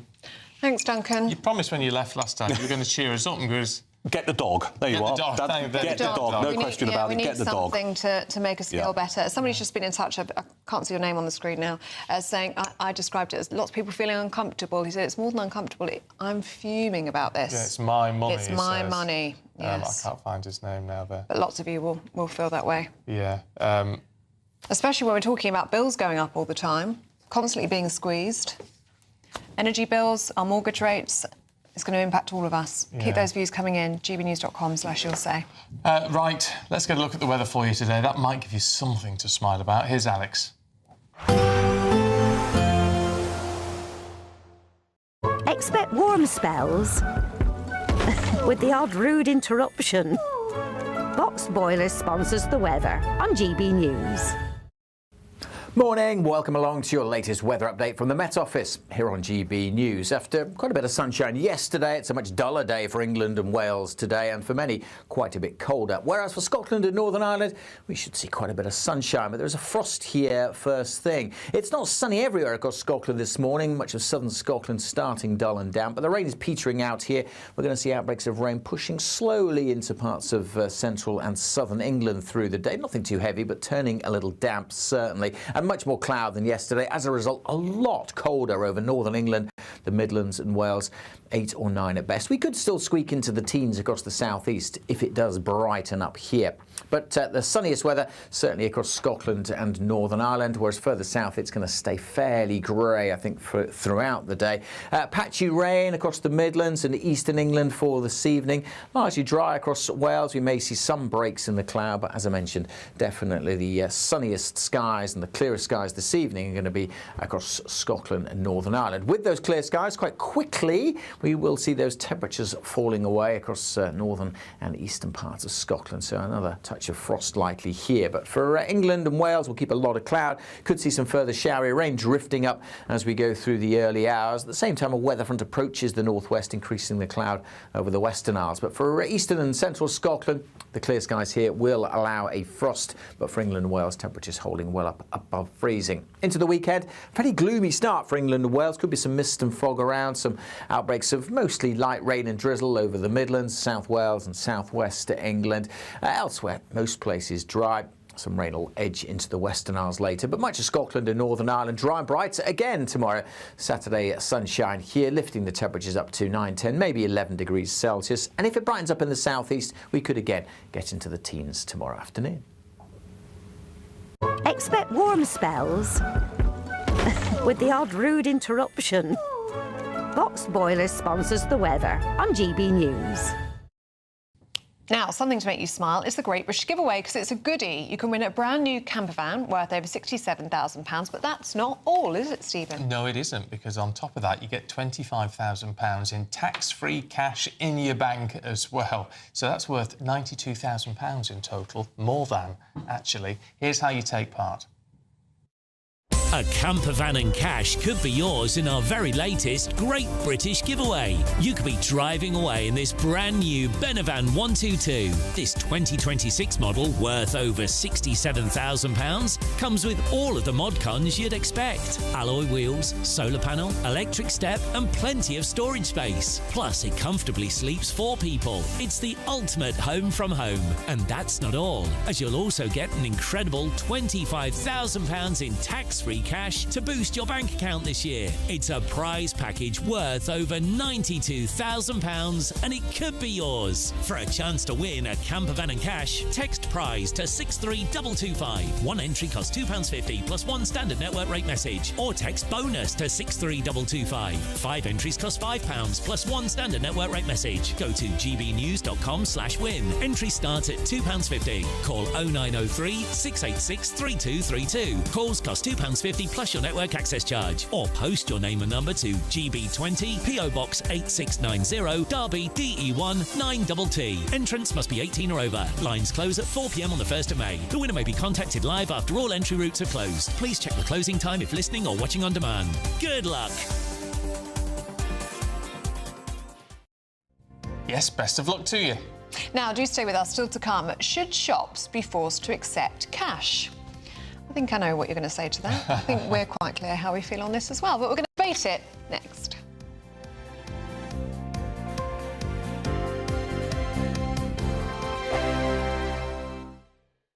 Hi, I'm Michelle Dewberry, and my show is your opportunity to cut through all the noise and dive in headfirst to some robust debates. Ideas clash. Situation, No, isn't it? no, Because the failure is... you're the failure is... deliberately avoiding my point. Nothing's held back. And if you think this is the end of it, wait for more. And we do not shy away from the difficult stuff. Sometimes I want to shake people and say, if only you understood. So join me on Jubes & Co. weeknights at 6 p.m, only on GB News, Britain's news channel. Bold. They are under no illusion. Brave. Are you a human trafficker? Boundless. I've had enough of the nonsense, and I'm not afraid to say it. Don't get us on the BBC. Every weeknight, I tear through the headlines. The smell of gasoline. Should we be worried about it? From Westminster madness to cultural war chaos. What I'm going to do now, they are throwing things out the car as we speak. Get ready, Britain. Here we go. Patrick Christie's tonight, weeknights from 9 p.m, only on GB News, Britain's news channel. From the school run to the home run, watch a new show for all of Britain. So he can say whatever he wants. A straight-talking show where all voices are heard. And, you know, when are we going to stop talking about smashing the gangs and actually do it? With the stories that matter from every part of our country. There's a bit of a crash landing there for your Chancellor. Bold, fearless and standing up for you. That's me, Martin Daubney, 3 p.m. till 6 p.m, weekdays, here only on GB News. The People's Channel, Britain's news channel. Westminster's full of talk, but out here, it's the real world. Am I allowed to talk now? No, that's it. This is where it matters, real people and real lives. That's what politics is all about. In fact, has Trump made a good start? No. Straight answers, no spin, and just a couple of pints. How many fingers have I got up? About 10. So join me for Lee Anderson's Real World every Friday at 7 p.m, only on GB News. The People's Channel, Britain's news channel. As soon as it hits 11 and the headlines come in, Late Edition brings you the breaking news from all the front pages. because the news is going to happen. So get a head start today. Patrick Christie's tonight, Late Edition. Alex Armstrong tonight, Late Edition. From 11 o'clock every night. Only on GB News, the People's Channel, Britain's news channel. Britain deserves a newsroom that puts the facts and your voice first. Well, and that's what you get on GB News. Lively debates, lively conversations. And we're not afraid to hold power to account. And each other. So join me, Andrew Pierce. And me, Miriam Cates, for Britain's Newsroom, weekdays from 9:30 on GB News. At GB News, we love to hear from you, our loyal community. So drop us a line at gbnews.com/yoursay. There you can talk to each other and also to the presenters live on air. gbnews.com/yoursay, because GB News is your channel, Britain's news channel.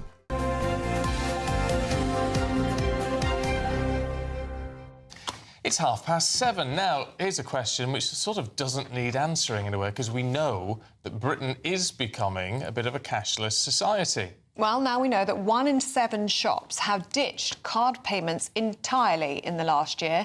That's despite half of in-store purchases still being paid in cash. No, they ditched cash payments. Oh, sorry, the autocue's wrong, yes. Have ditched cash payments in the past year, despite half of in-store purchases still being made in cash. There you go. Yes. The ATM network Link says many businesses are driven to becoming cashless to try to stop fraud and reduce security risks. But is it always practical? A lot of people like to carry cash, particularly, I think, the older generation. And of course, it is still legal tender. So today we're debating, should shops be forced to accept cash? Let's talk to personal finance blogger Emma Bradley and political commentator with Young Voices UK, Ted Newson. Good to see you both this morning. Ted, do you think we should be obliged to take cash if we're running a business? Good morning. We absolutely shouldn't be obliged to take cash. The fact is, it's inconvenient to carry. I mean, I understand the argument that old people and maybe people with not a lot of money don't have bank accounts, but at the same time, forcing businesses into essentially strong-arming them into taking cash when they've got no way of dealing with it or putting it into the bank is ludicrous. You should let businesses do business for themselves, free from the state. Emma, what do you think? Should shops be forced to accept cash? Yeah, of course they should. As you said, it's legal tender. privacy matters. It's how younger people, especially children, learn the value of money. You know, we all remember getting our money in a birthday card or a Christmas card, and that, you know, feeling that we had. It's tangible, and children learn best when something is tangible. Technology fails. We've seen the outage when machines go down and cards go down, and it just causes absolute chaos. So we absolutely should be able to use cash wherever we go. It's an interesting point, Ted, the idea of something being tangible, money being tangible. I mean, are young people having a different relationship with money, do you think, because we're not using it in that tangible way? Well, I don't know about that. I think people are generally taught more about money in schools, so I wouldn't say the children argument is especially poignant. Should we really be going back to a society that only carries cash, or a society that essentially deals with cash more than they deal with cards, simply as an argument to protect the children? I'm not buying that. Emma, what do you say to that? I think children do need cash. As I said, we remember getting it in our birthday envelopes, and I think we learn best when we're doing something physical, you know, and having to make choices stood in a shop. So I think children do need that physicality of budgeting. It really helps. It also helps families with budgeting. A lot of families like still to put money in envelopes. They have their fun money, their business money, you know, their bill money, and they still want to have that physicality of budgeting in a real sense. If we're saying that basically as consumers we should have a choice, Emma, as well, which is an important part of this, and what a lot of people argue, if we were going to make all businesses take cash, should we make all businesses take cards as well? Because we know plenty of places where it's cash only. Yeah, no, I agree. I think we want both. I think it is important that people have choice in society about how they're paying for things. You know, I'm not anti-cards, but I don't think it should be the only option. I don't like the fact that everything is tracked if we're using cards all of the time. You know, how about paying for things in cash, giving to charity pots and things like that becomes really difficult. Yeah, that's a fair point. Yeah. All right, you two, Emma, Ted, thank you both very much indeed. Your thoughts on that would be very welcome. gbnews.com/yoursay. Now, do stay with us. Still to come, the case of the missing curling stones. Paul Coit, Detective Paul Coit, I should say, is going to reveal all next.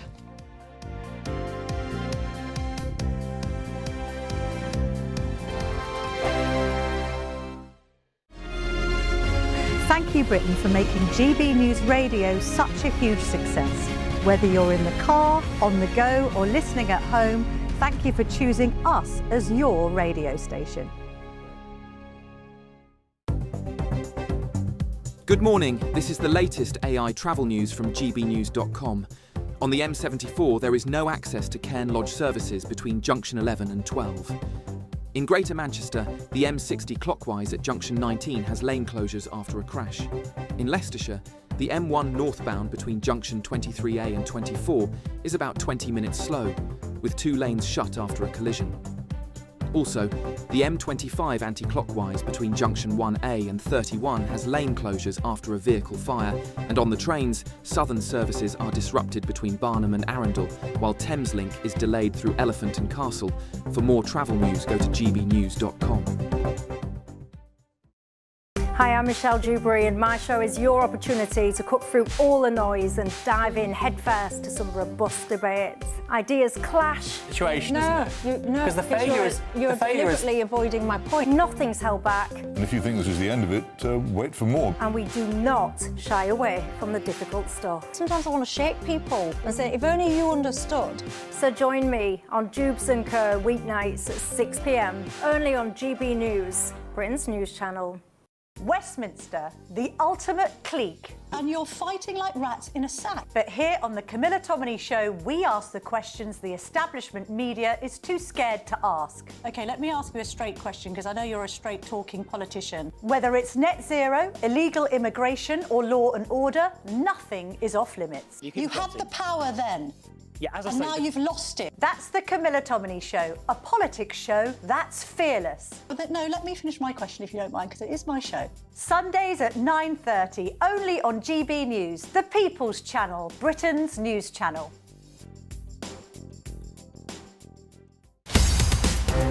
In the GB Newsroom, we bring you the news as it happens. With our team of dedicated journalists across the UK, we're ready to keep you up to date with what's happening every half an hour, every single day.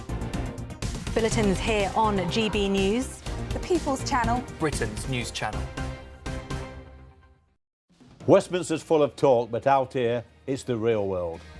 Am I allowed to talk now? No, that's it. This is where it matters, real people and real lives. That's what politics is all about. In fact, has Trump made a good start? No. Straight answers, no spin, and just a couple of pints. How many fingers have I got up? About 10. So join me for Lee Anderson's Real World every Friday at 7 p.m, only on GB News. The People's Channel, Britain's news channel.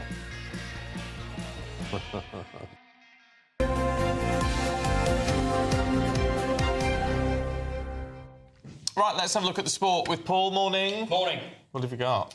Spurs, not good at the moment. I didn't know if you wanted to mention them. You know what, I am happy to mention it. We'll keep it brief. Haven't won in 2026. Played Crystal Palace last night at the Tottenham Hotspur Stadium.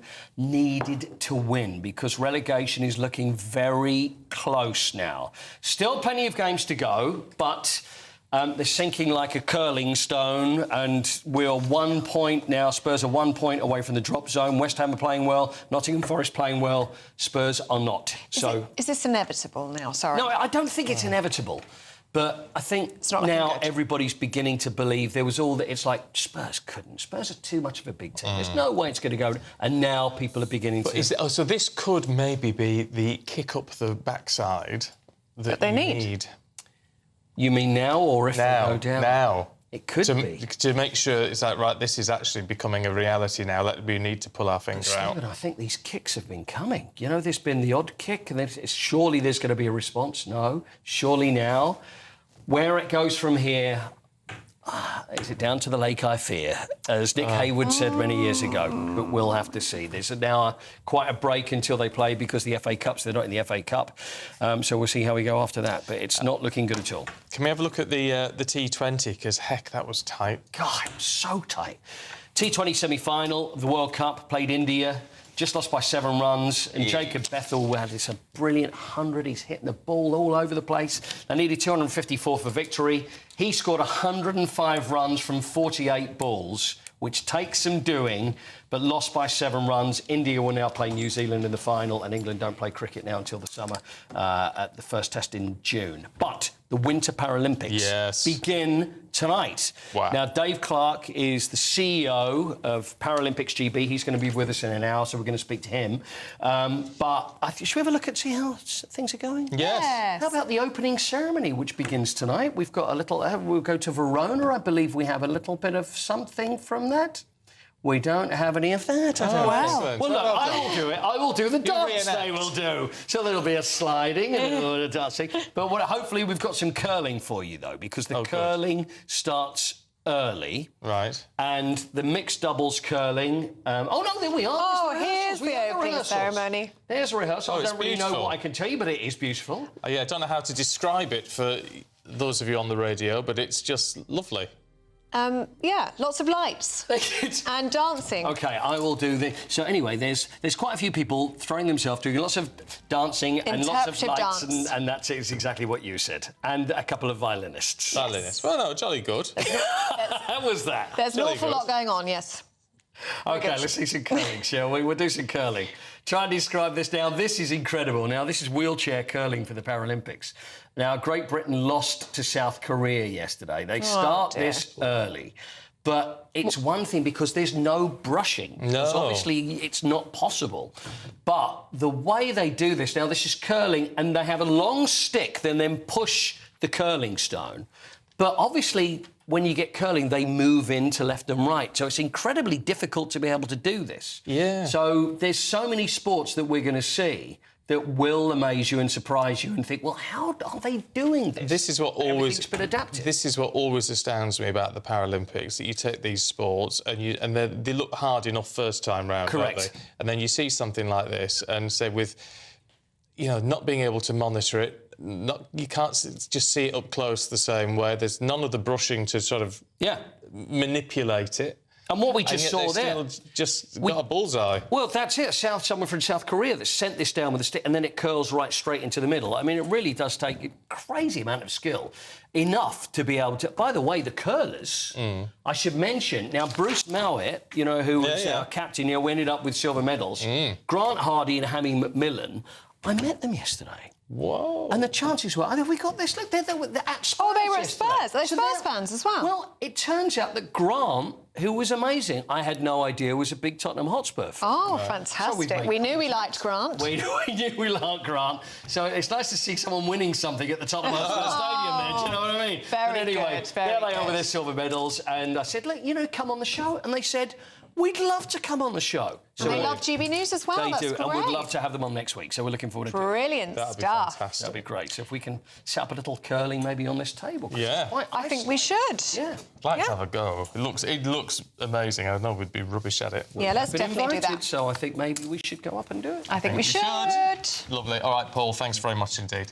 Now, do stay with us. Still to come, employers have criticised government calls for more inclusive job adverts. We'll tell you a bit more about that in the papers next with Emma and Bill. First, so, here's your European forecast. Ready to soak up that holiday sunshine? Won't we need some cover? No worries. All sorted. All Clear Travel Insurance sponsors GB News Travel Destinations Forecast.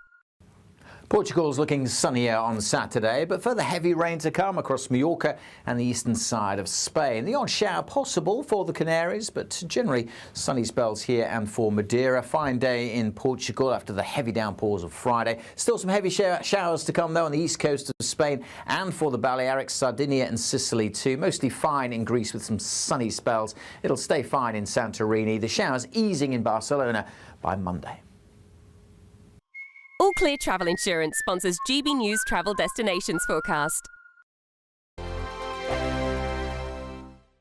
As soon as it hits 11 and the headlines come in, the Late Edition brings you the breaking news from all the front pages. because the news is going to happen. So get a head start today. Patrick Christie's tonight, Late Edition. Alex Armstrong tonight, Late Edition. From 11 o'clock every night. Only on GB News, the People's Channel, Britain's news channel.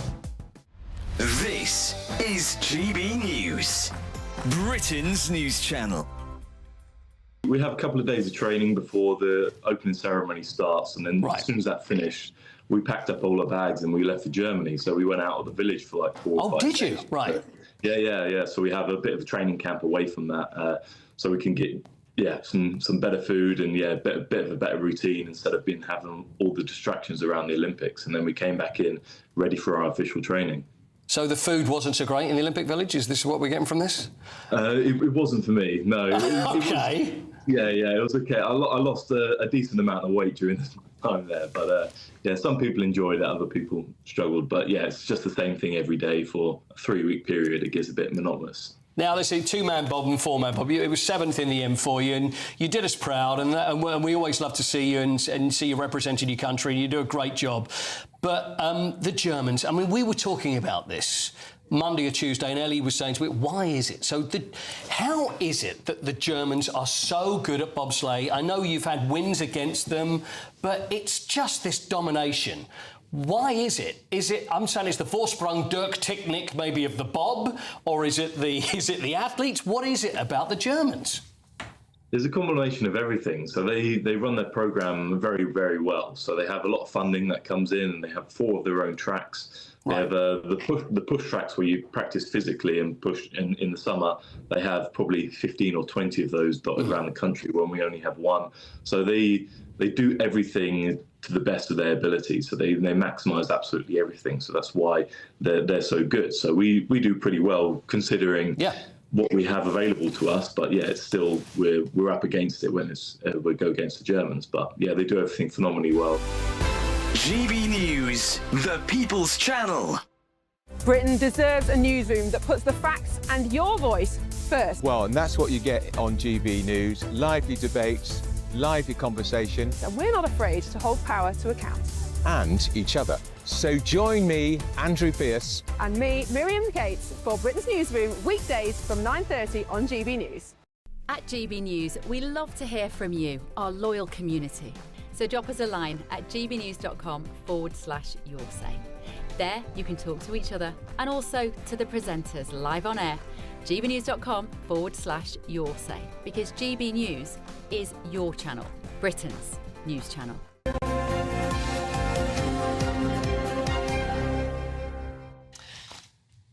Now, welcome back to Breakfast. Let's have a look at some newspaper front pages on this Friday morning.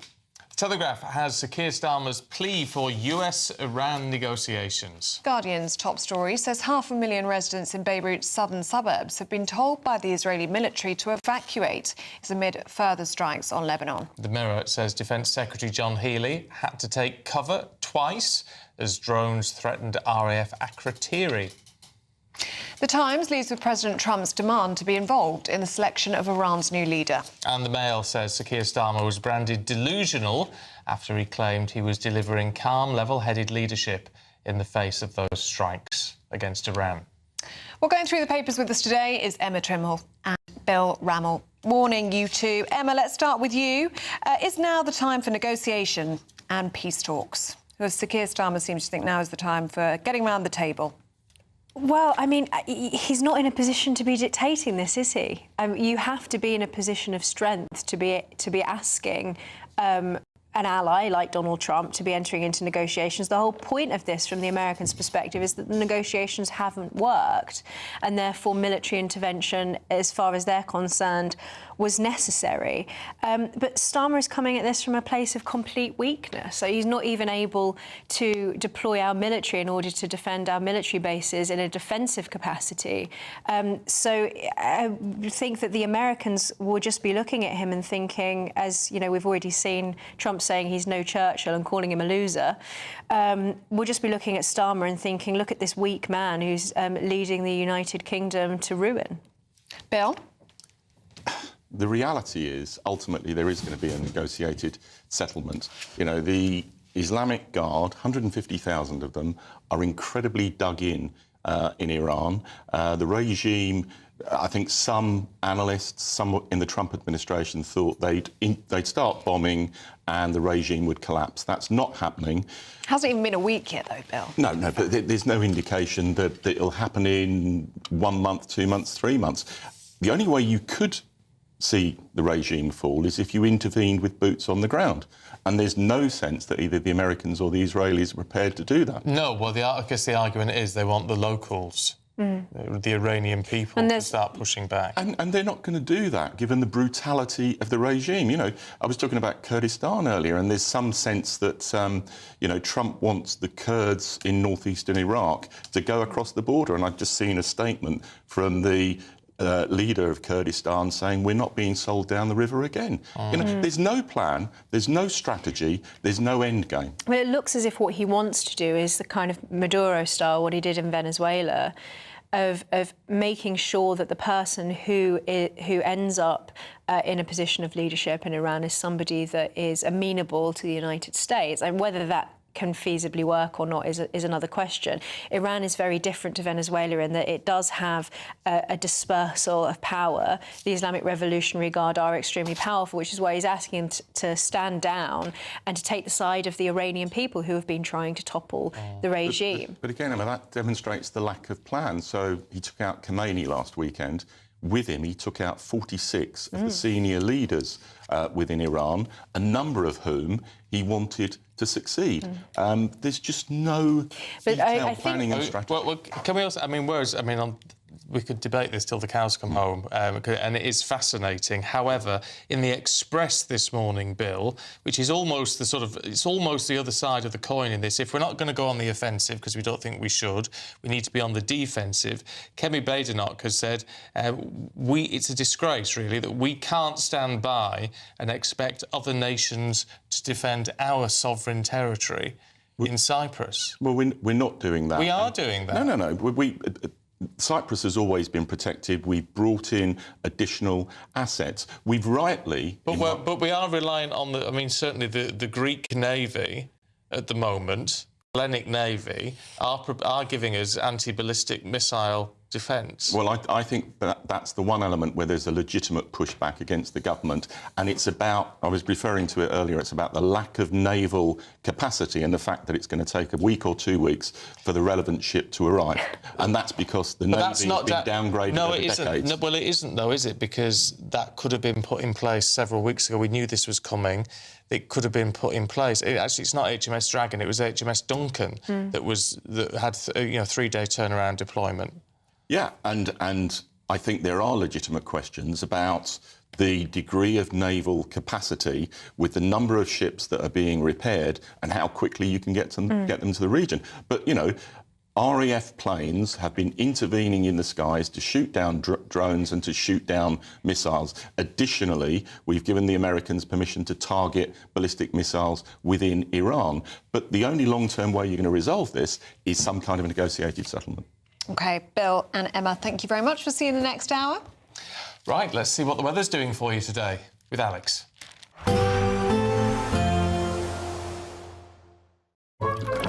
Warm and cosy, with a chance of zero visibility. Boxed Boiler sponsors the weather on GB News. Morning, welcome along to your latest weather update from the Met Office here on GB News. After quite a bit of sunshine yesterday, it's a much duller day for England and Wales today, and for many, quite a bit colder. Whereas for Scotland and Northern Ireland, we should see quite a bit of sunshine, but there's a frost here first thing. It's not sunny everywhere across Scotland this morning, much of southern Scotland starting dull and damp, but the rain is petering out here. We're going to see outbreaks of rain pushing slowly into parts of central and southern England through the day. Nothing too heavy, but turning a little damp, certainly. And much more cloud than yesterday. As a result, a lot colder over northern England, the Midlands and Wales, 8 or 9 at best. We could still squeak into the teens across the southeast if it does brighten up here. But the sunniest weather certainly across Scotland and Northern Ireland, whereas further south it's going to stay fairly grey, I think, throughout the day. Patchy rain across the Midlands and eastern England for this evening. Largely dry across Wales. We may see some breaks in the cloud, but as I mentioned, definitely the sunniest skies and the clearest skies this evening are going to be across Scotland and Northern Ireland. With those clear skies, quite quickly we will see those temperatures falling away across northern and eastern parts of Scotland. So another touch of frost likely here. But for England and Wales, we'll keep a lot of cloud. Could see some further showery rain drifting up as we go through the early hours. At the same time, a weather front approaches the northwest, increasing the cloud over the Western Isles. But for eastern and central Scotland, the clear skies here will allow a frost. But for England and Wales, temperatures holding well up above freezing. Into the weekend, pretty gloomy start for England and Wales. Could be some mist and fog around, some outbreaks of mostly light rain and drizzle over the Midlands, South Wales and southwest England. Elsewhere, most places dry. Some rain will edge into the Western Isles later, but much of Scotland and Northern Ireland dry and bright again tomorrow.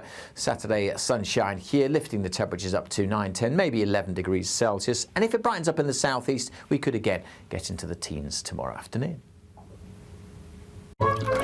Warm and cosy, with a chance of zero visibility. Boxed Boiler sponsors the weather on GB News.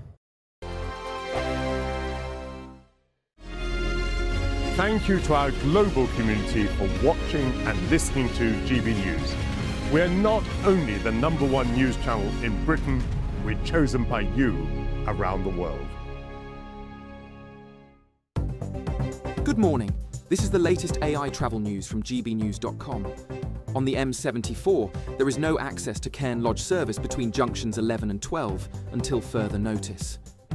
In Wales, the A470 southbound from Nantgarw to Corriton is slow with heavy congestion.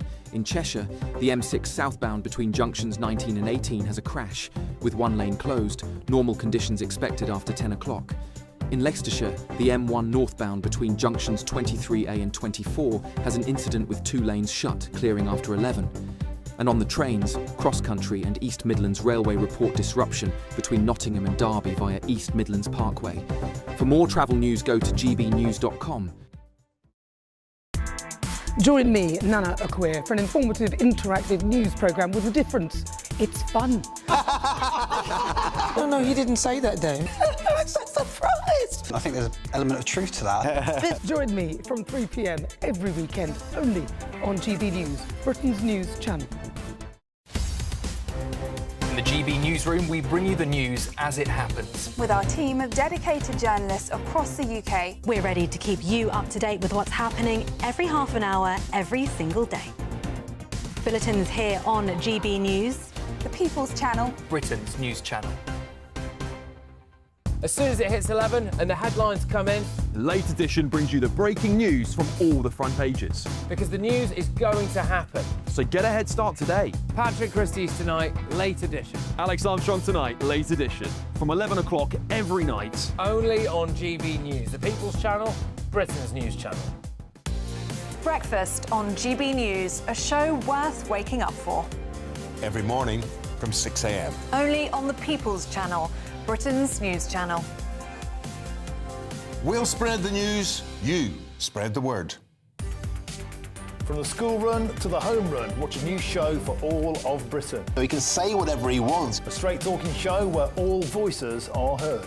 And, you know, when are we going to stop talking about smashing the gangs and actually do it? With the stories that matter from every part of our country. There's a bit of a crash landing there for your Chancellor. Bold, fearless and standing up for you. That's me, Martin Dordme, 3 p.m. till 6 p.m, weekdays, here only on GB News. The People's Channel, Britain's news channel.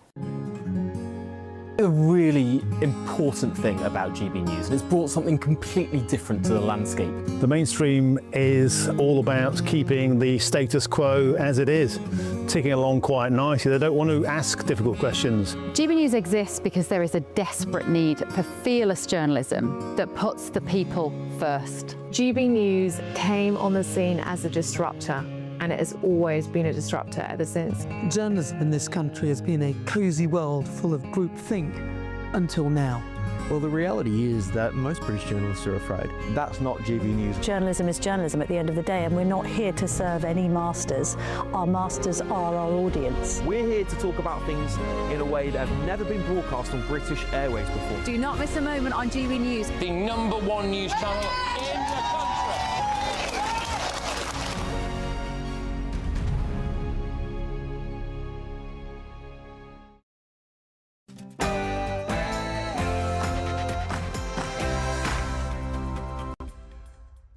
Good morning. Sir Keir Starmer says he won't be pressured on Iran.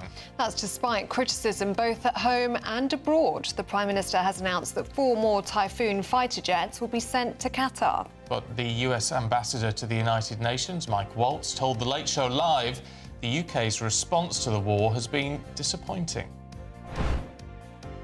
At the end of the day, President Trump knows that he is taking care of a long-standing problem.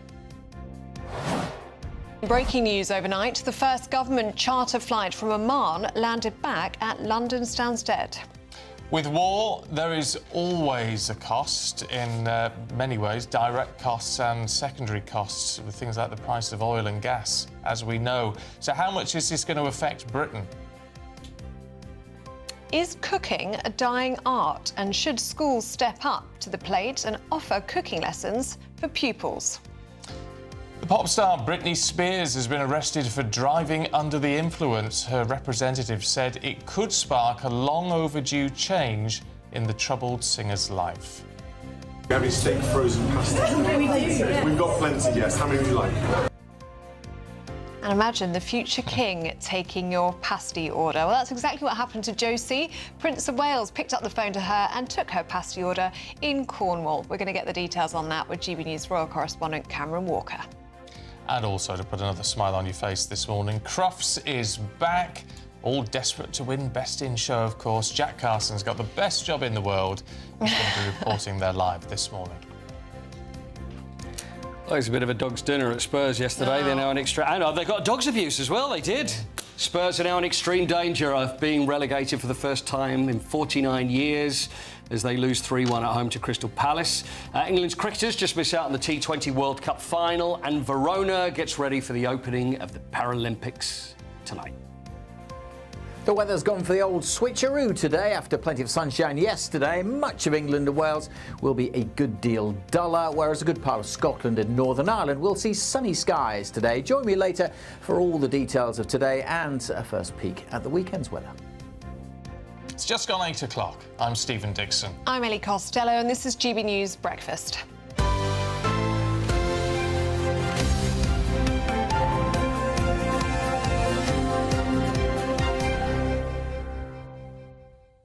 Well, let's get straight into it, shall we? And joining us now is Shadow Defence Secretary James Cartledge. Very good morning to you, Mr. Cartledge.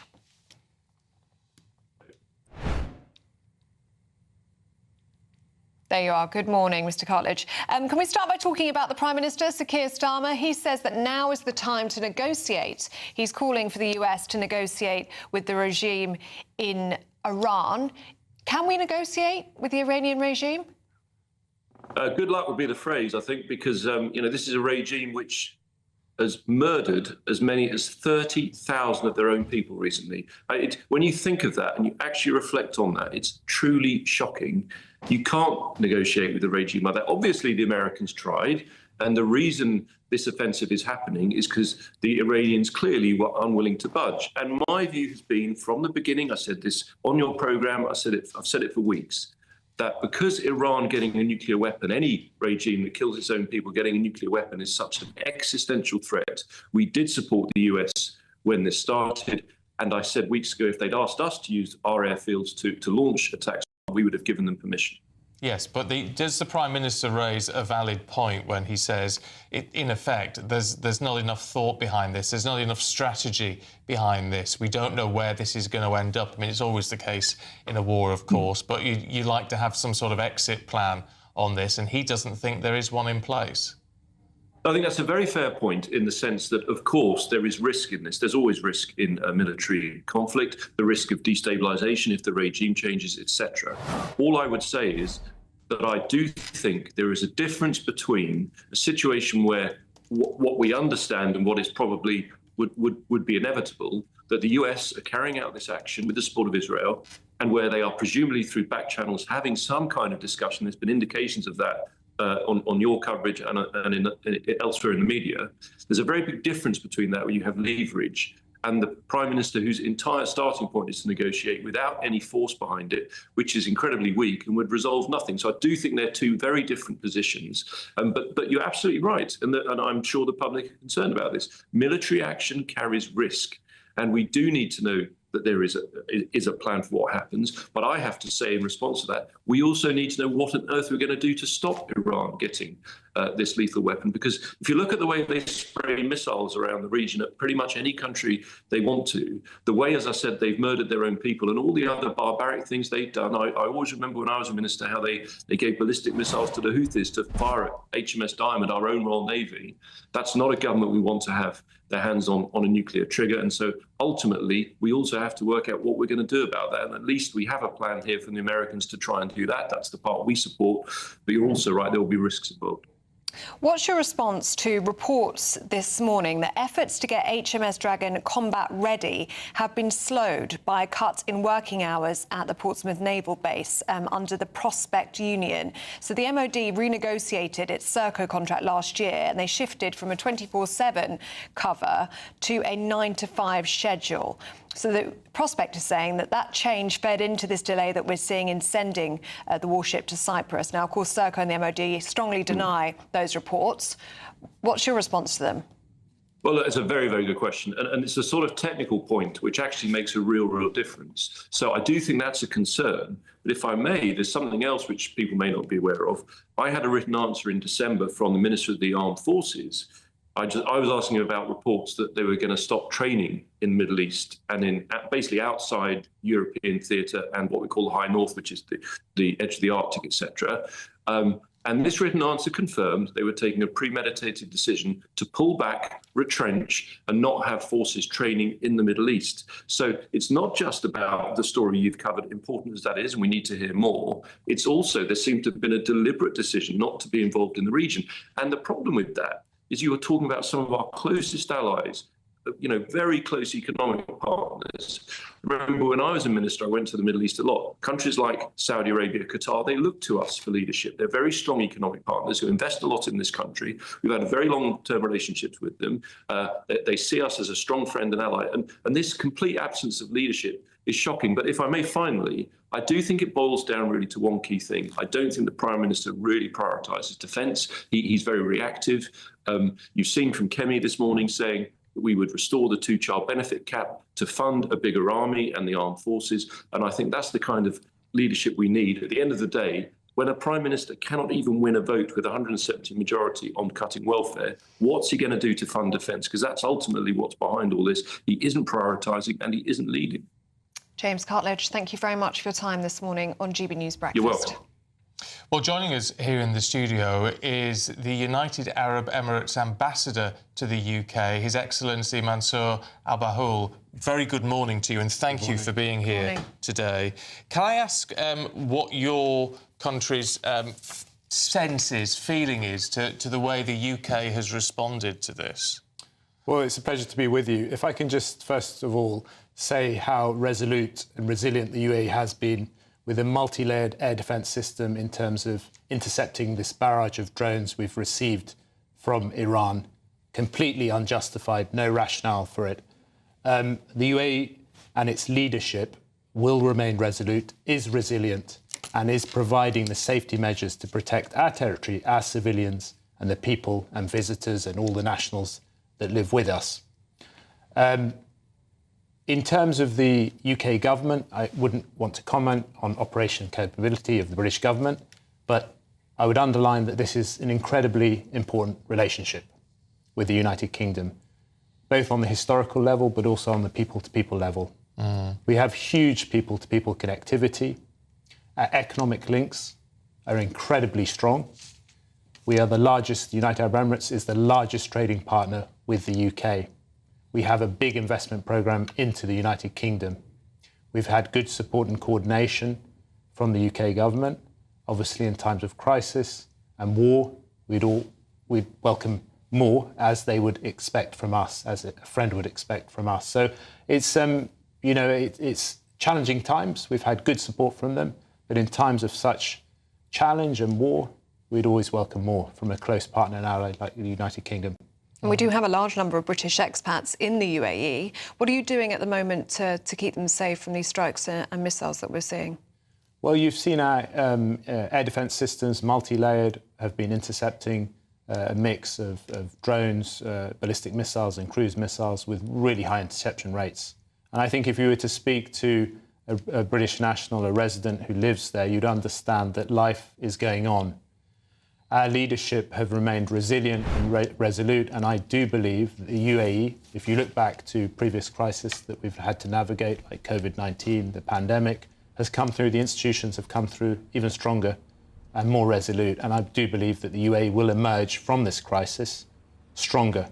Obviously, our main concern is protecting our territory, our citizens, all the expatriates that live with us, and we're doing that. It's proven, as you can see.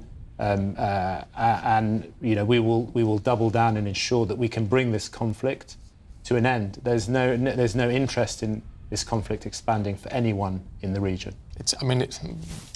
You'll appreciate, obviously, exponentially more than we do, the complexities of the region. But we all know Iran has been such a source of instability. What is the official position of the UAE on whether they welcomed the US action in the first place? At every juncture, the UAE has tried to find a negotiated settlement with the Islamic Republic of Iran. And over the years, we've tried to de-escalate and dialogue with the country. And Iran will remain a neighbour and we will emerge from this crisis. But our immediate concern is the safety and security of our people, that we need to exert pressure on the Iranians to bring this to a conclusion, for them to stop attacking the region and sowing discord within the populations of the region. And we will use all measures to do that. But the last thing the region needs is for this conflict to go on further. We hope this conflict would not start. But in terms of the conflict, and you said earlier on, there's absolutely no justification for the UAE being targeted by Iran as it has been. Will the UAE move to military retaliation at any point? Is that an option? Is that being considered? Our primary objective is to contain the conflict. We don't want this to expand, but we reserve the right to protect our territory, our people, including the many nationals. Every citizen on UAE soil is considered a citizen of our country, and we reserve the right to protect our sovereignty, our territory, our people. So we are looking at all options to ensure the safety and security of that. Would the UAE welcome a change or a fall in the Iranian regime? We need to bring this conflict to an end. We need to contain that. It's difficult, I think, for a lot of us to understand how this will come out. I think it would be foolish to try and predict how this would come out, but we need to exert all international pressure to ensure that we are calling upon the Iranians to stop their attacks, indiscriminate attacks, across not just the Gulf, but across the region as a whole, which is having a huge destabilising effect on the region, but also the toll that is also incurring on the Iranian people as well. How do you bring about, I mean, whether there is a change of regime or not, how do you bring about a cohesive response in the region? I mean, it's a region desperate for stability. So how do the different territories bring about a united front, a united position moving forward? I think in such times of challenge and difficulty, close allies always work together, and I think that's what you're seeing happen here.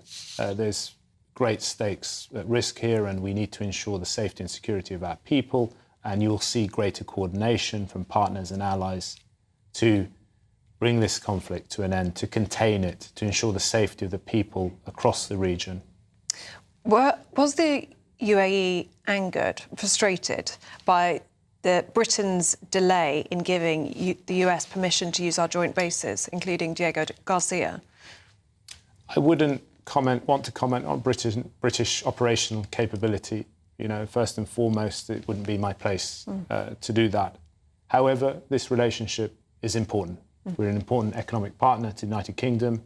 We're an important security partner. We welcome the support they've given us. We're grateful for that. We'd welcome more, as a close friend and ally would do, as they would expect from us. Yeah, I think that's the key, isn't it? Welcoming more in all of this. Your Excellency, we really appreciate your time, and thank you for coming in to see us this morning. Thank you, Stephen. Thank you very much. Thank you. Well, there's a lot to chew through on all of that, and I think we've got to look at our place in the world, how we're being viewed in the world by what we've done. I know a lot of people, we had Bill Rammell on the show earlier on, he's going to be back on. You're thinking the Prime Minister's taken the right response to this. Are we, we're being defensive? But then even on that argument, there's you have to say, are we being defensive enough in terms of what we're doing with the Navy and not pre-deploying on things like that? There's an awful lot of questions that need to be answered here about our response.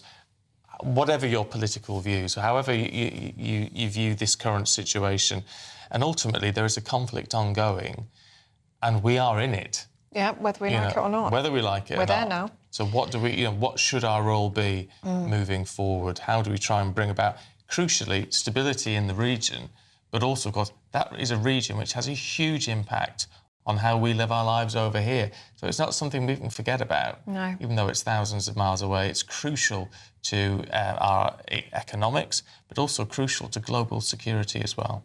Yeah, do keep those views coming in. gbnews.com/your say. In the meantime, at 16 minutes past 8, let's get a check on the weather with Alex Deakin.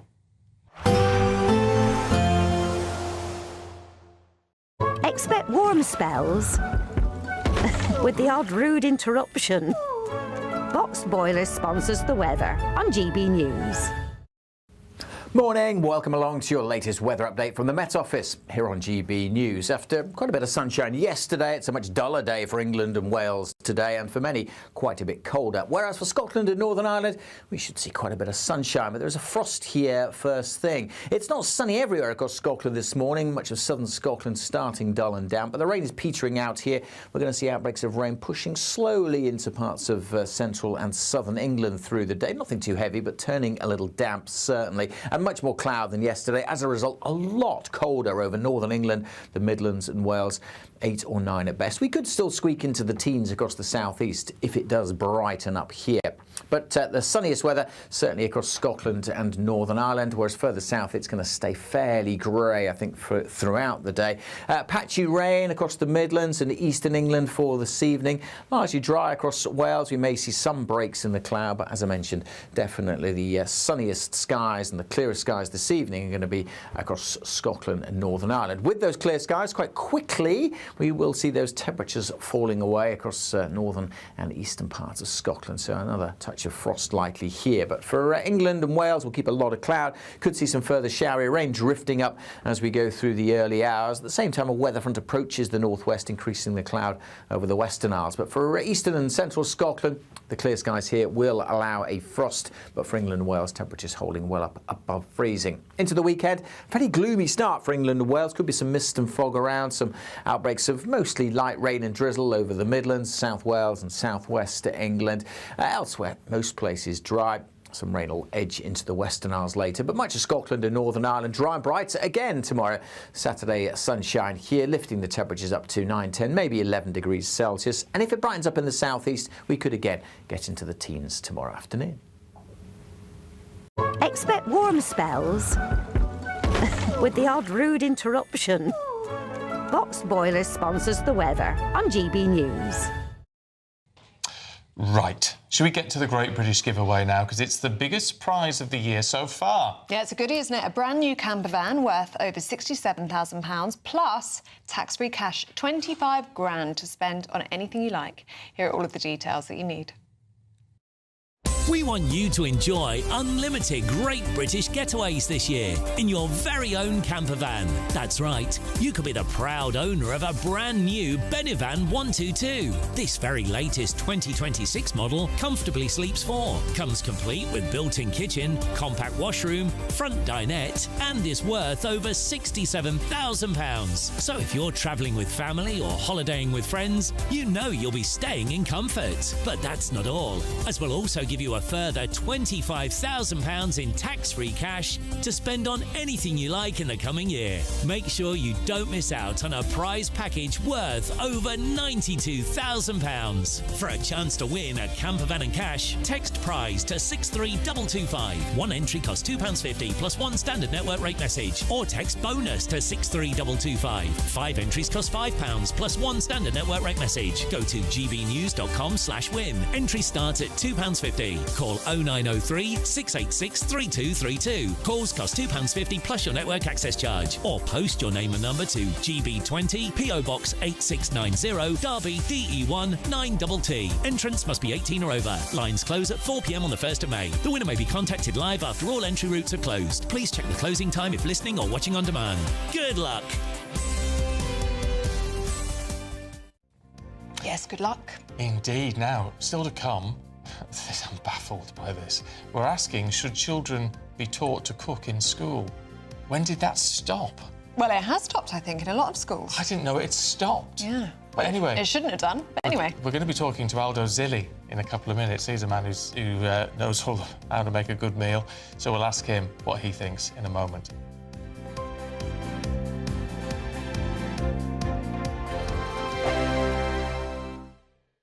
Exciting news. Every Friday, my Patrick Christie's Tonight Show is going to have a twist to it. We're welcoming some special guests. You. That's right, on Fridays I'm going to be doing my show in front of a live studio audience because this show is about you and what you have to say. It's going to be the same big debates, same big topics, same big opinions. But every Friday night at 9 p.m, you are invited to come on down to Patrick Christie's Tonight to be a part of the action. Only on GB News, the People's Channel, Britain's news channel. This is GB News, Britain's news channel. Yeah, that's got a bit of a smell. A birthday fit for a Queenie. My name was Queenie Robinson. Everybody wants to know about my name. Is it a real name? Is it a nickname? No, it's not. It's on my birth certificate. My father forgot what I should have been called, and I've never found out since. But the name didn't stick, and Queenie quickly became known as Robbie after signing up to join the RAF. Robbie served in the Women's Auxiliary Air Force in a bomber command, despite still being 17.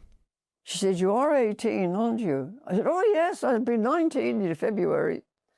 Biggest lie out. I was only 17. She sort of gave me an old-fashioned look. She didn't believe me, I know. Her first love, Frank Vincent, also served in the war. There's Frank, yeah. And that's his aircraft, the Lancaster. Aged 21, he flew in the Lancaster bomber. But just months before they were due to get married, Frank was killed in action. Robbie has kept Frank's love of aviation alive, flying a Spitfire, aged 101. I had a male called James as my pilot, and he said, "Do you want to do a victory roll, Robbie?" So I said, "Oh, yes." So we turned turtle sort of thing, and there was me sort of sitting there looking at pink clouds upside down. In December, Robbie took to the skies once again, this time without an engine, in a glider, aged 102. This week, Robbie is celebrating her 103rd birthday. My friend suggests that my next ambition is to jump tandem out of a plane. GB News, the People's Channel. Hi, I'm Michelle Dewberry, and my show is your opportunity to cut through all the noise and dive in headfirst to some robust debates. Ideas clash. Situation, no, isn't it? No, because the failure is you're deliberately avoiding my point. Nothing's held back. And if you think this is the end of it, wait for more. And we do not shy away from the difficult stuff. Sometimes I want to shake people and say, if only you understood. So join me on Jubes & Co weeknights at 6 p.m, only on GB News, Britain's news channel.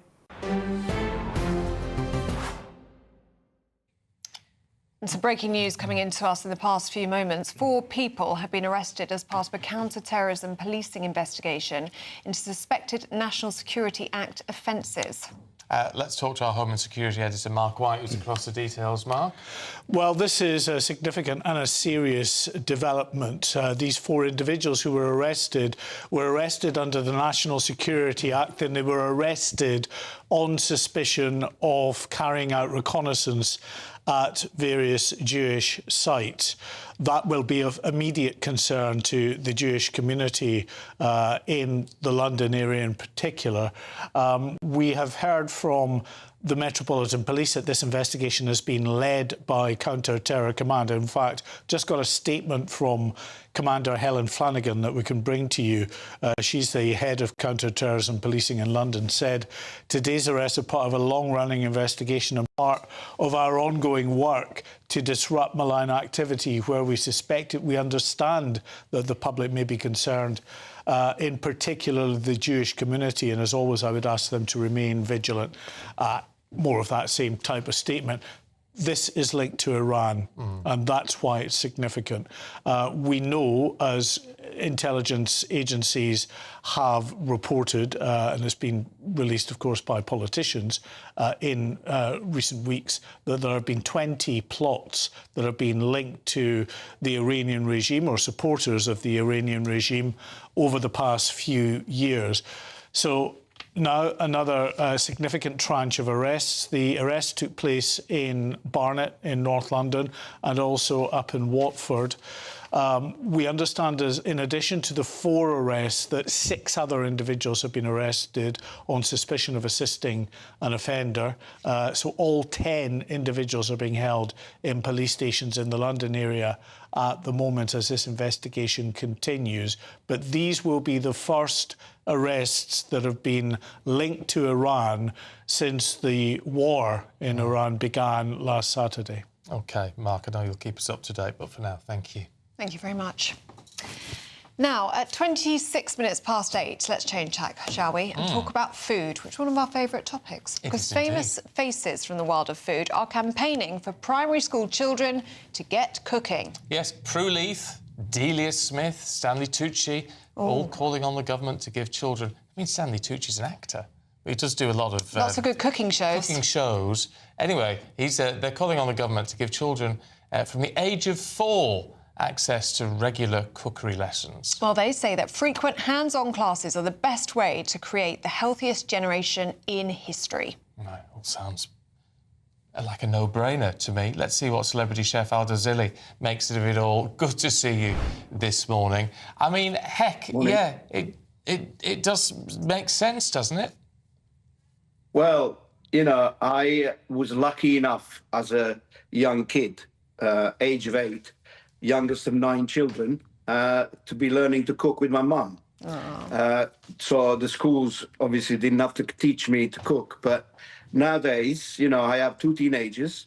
They both can cook, and that's because of me. But the schools they went to, they didn't learn anything about food in general, to be honest. I taught myself in the primary schools around here, where I live, and I was horrified the fact that children don't really know the difference between an aubergine and a courgette. So it's a must, and I've been campaigning myself for a long time, and now it's so refreshing to see that, you know, big names are getting involved. Stanley Tucci, as an actor, he's a great chef as well.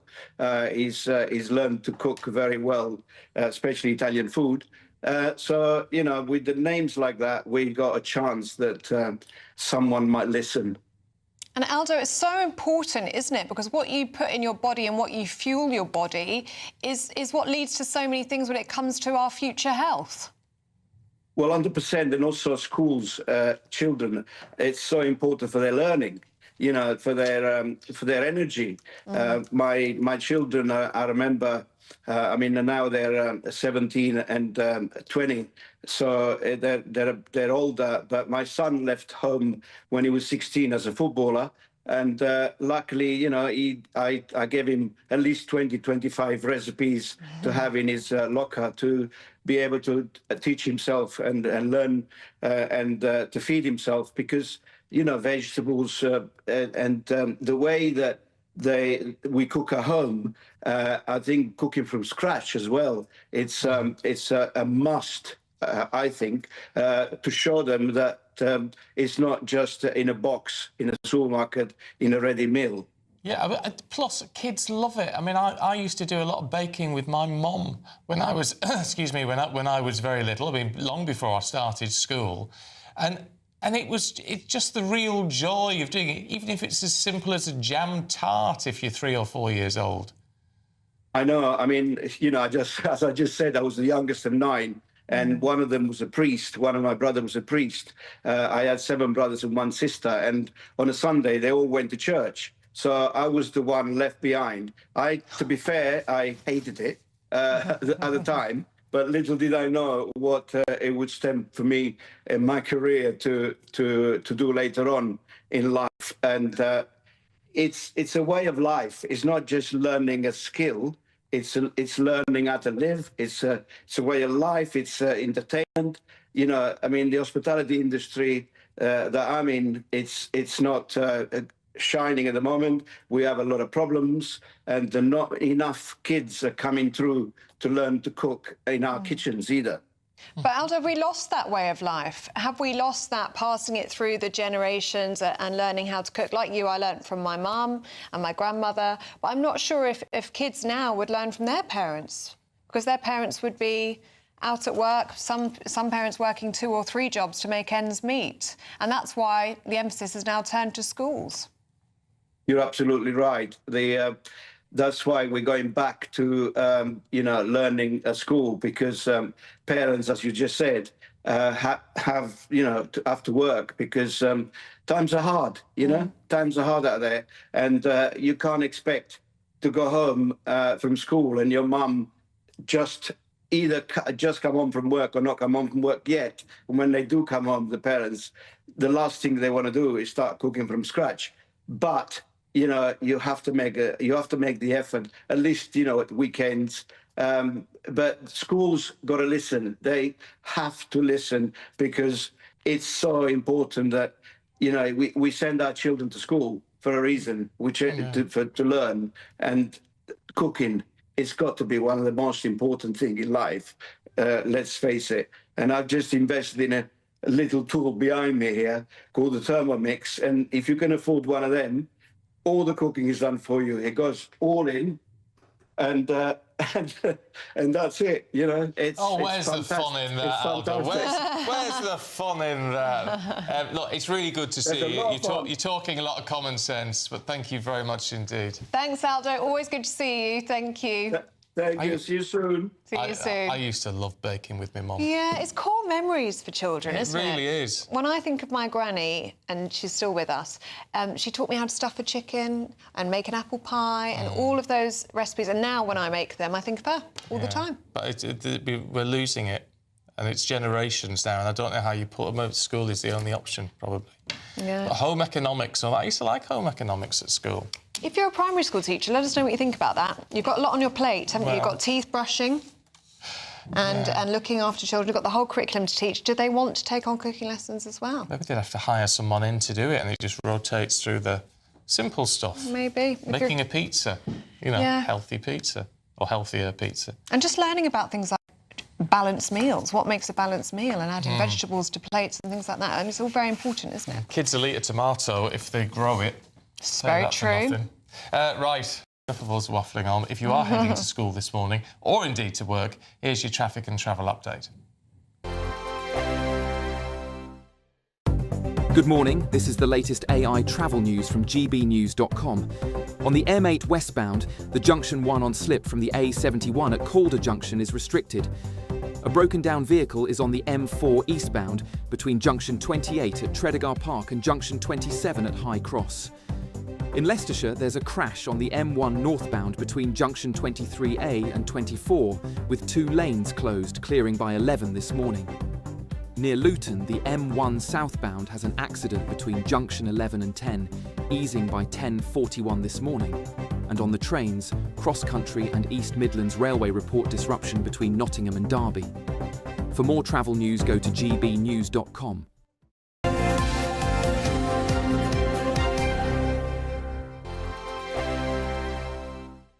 Bold. They are under no illusion. Ray. Are you a human trafficker? Boundless. I've had enough of the nonsense, and I'm not afraid to say it. Don't get us on the BBC. Every weeknight, I tear through the headlines. The smell of gasoline. Should we be worried about it? From Westminster madness to cultural war chaos. What I'm going to do now, they are throwing things out the car as we speak. Get ready, Britain. Here we go. Patrick Christie's tonight, weeknights from 9 p.m, only on GB News, Britain's news channel. From the school run to the home run, watch a new show for all of Britain. So he can say whatever he wants. A straight talking show where all voices are heard. And, you know, when are we going to stop talking about smashing the gangs and actually do it? With the stories that matter from every part of our country. There's a bit of a crash landing there for your Chancellor. Bold, fearless and standing up for you. That's me, Martin Daubney, 3 p.m. till 6 p.m, weekdays, here only on GB News. The People's Channel, Britain's news channel. Westminster's full of talk, but out here, it's the real world. Am I allowed to talk then? No, that's it. This is where it matters, real people and real lives. That's what politics is all about. In fact, has Trump made a good start? No. Straight answers, no spin, and just a couple of pints. How many fingers have I got up? About 10. So join me for Lee Anderson's Real World every Friday at 7 p.m, only on GB News. The People's Channel, Britain's news channel. You want to know what's really going on in the corridors of power? Labour don't know what to do with you half the time, and that makes you quite lethal in the chamber. Get behind the headlines with Chopper's Political Podcast. Join me, Christopher Hope, as I sit down with the great and the good of British politics. We'll see where this ruling takes us. These are the stories shaping our nation. Chopper's Political Podcast, available now on all platforms. Listen in and stay ahead. As soon as it hits 11 and the headlines come in, Late Edition brings you the breaking news from all the front pages. because the news is going to happen. So get a head start today. Patrick Christie's tonight, Late Edition. Alex Armstrong tonight, Late Edition. From 11 o'clock every night. Only on GB News, the People's Channel, Britain's news channel.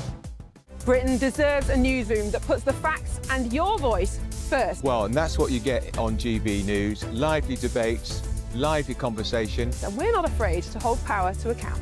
And each other. So join me, Andrew Pearce. And me, Miriam Cates, for Britain's Newsroom, weekdays from 9:30 on GB News.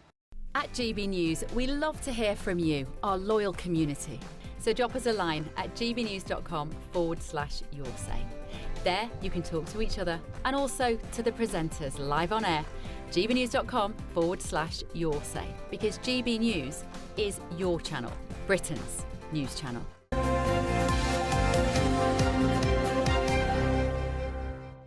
Welcome back to breakfast. It's sports time with Coity. How are you getting on? I'm okay. The thing is, in the office, and there's lots of people coming into the office now, as you can imagine, the amount of people that are now coming up to me and it's like, how do you feel about Spurs? How do you feel about Spurs? Our condolences. I know I'm having to go through the whole thing again and again and again, and it's gone from being cathartic now to just being really annoying, and I don't want to talk about it anymore. All right, sorry. So instead, we're going to talk about the Paralympics, the Winter Paralympics, which gets underway. Well, it's kind of got underway. But it's the big do tonight. It's the big do tonight. And I'm really pleased to say the CEO of Paralympics GB and legendary footballer Dave Clark joins us. Hello, Dave. Hi, Coity, how you doing? Yeah, I'm really well. Now, firstly, you are not going to mention anything about Tottenham Hotspur during this chat, are you? Is that fair? Well, given my club lost to Wolves on Tuesday night, I'm keeping very quiet. OK, fine. Listen, it's really good to see you. I haven't seen you for so long. And congrats on the role. This is a huge role, though, isn't it? Yeah, it's an absolute dream job for me. You know, as a Paralympian myself, and having experienced London 2012, to lead this organisation as CEO and Secretary General at the Games is a dream come true. Is it fair to say, because I've often spoken about this, is that the Paralympics for me, the turning point was London 2012, when everybody started taking note, and it seemed that there were more spectators than ever before, and it's gone in only one direction from there. And of course, you participated in it. Is that fair to say, do you think? Yeah, I remember the first day at London, you know, 250,000 people walking through the gates when perhaps previously the numbers have been much smaller. And I think it was a huge stage. The integration Paralympics of London, I think, really set the mark for the future. And it's been brilliant to see cities, and by the way, Milano Cortina are no exception in taking the Olympics and the Paralympics with equal credit and equal seriousness. How many athletes do we have going over there?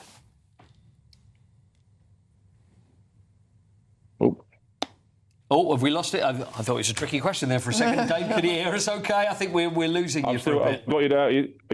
Yeah, got you. OK, that's good. About how many athletes have we got going over there? Oh, we seem to be losing Dave. We seem to be losing Dave. Tweak that link a little bit. Yeah, hopefully we can get that sorted. So they've got the... I think we might have a little footage of some of the rehearsals of what's going on. So that is in Verona, and Verona is where they had the closing ceremony of the Winter Olympics, because they open it up at the San Siro, Milan. So this is where they're going to have the opening ceremony of the Paralympics, which is tonight. And like we were just saying to Dave, this is now a huge, huge concern. So hopefully we've got Dave back again now. So, Dave, we'll go back to where we were. We're talking about the amount of athletes, and is it a huge contingent that we've got? Yeah, so we've got 25 athletes, which is one of the biggest teams we've ever had. We've got 12 on alpine, 5 on snowboarding. We've got 1 on the cross country and the biathlon, and we've got our mixed and pairs curling teams. So, yeah, really exciting squad. And what about yourself? So are you going to be travelling all over the place? Because we had Eve Muirhead when she was on talking about the Winter Olympics as the chef de mission.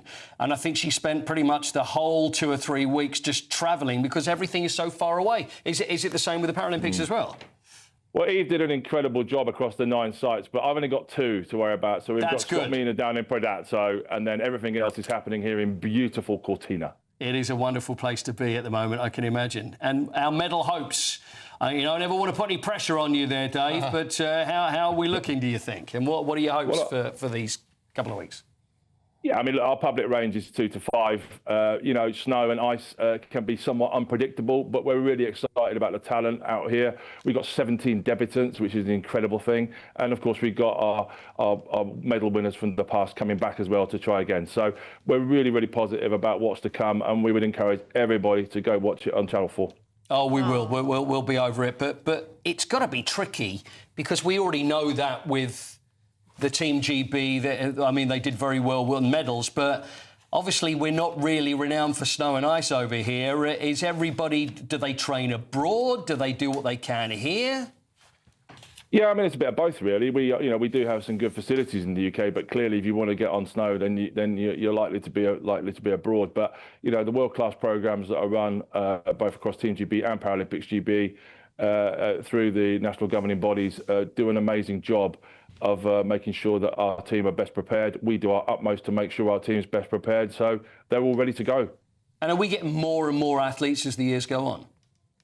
Well, talent pathway is always an issue, but I think we are very keen as Paralympics GB to grow the sport, to grow the talent pathway. So we have an athlete. Sorry, why do you say what do you mean by it's an issue, though? What do you mean it's an issue?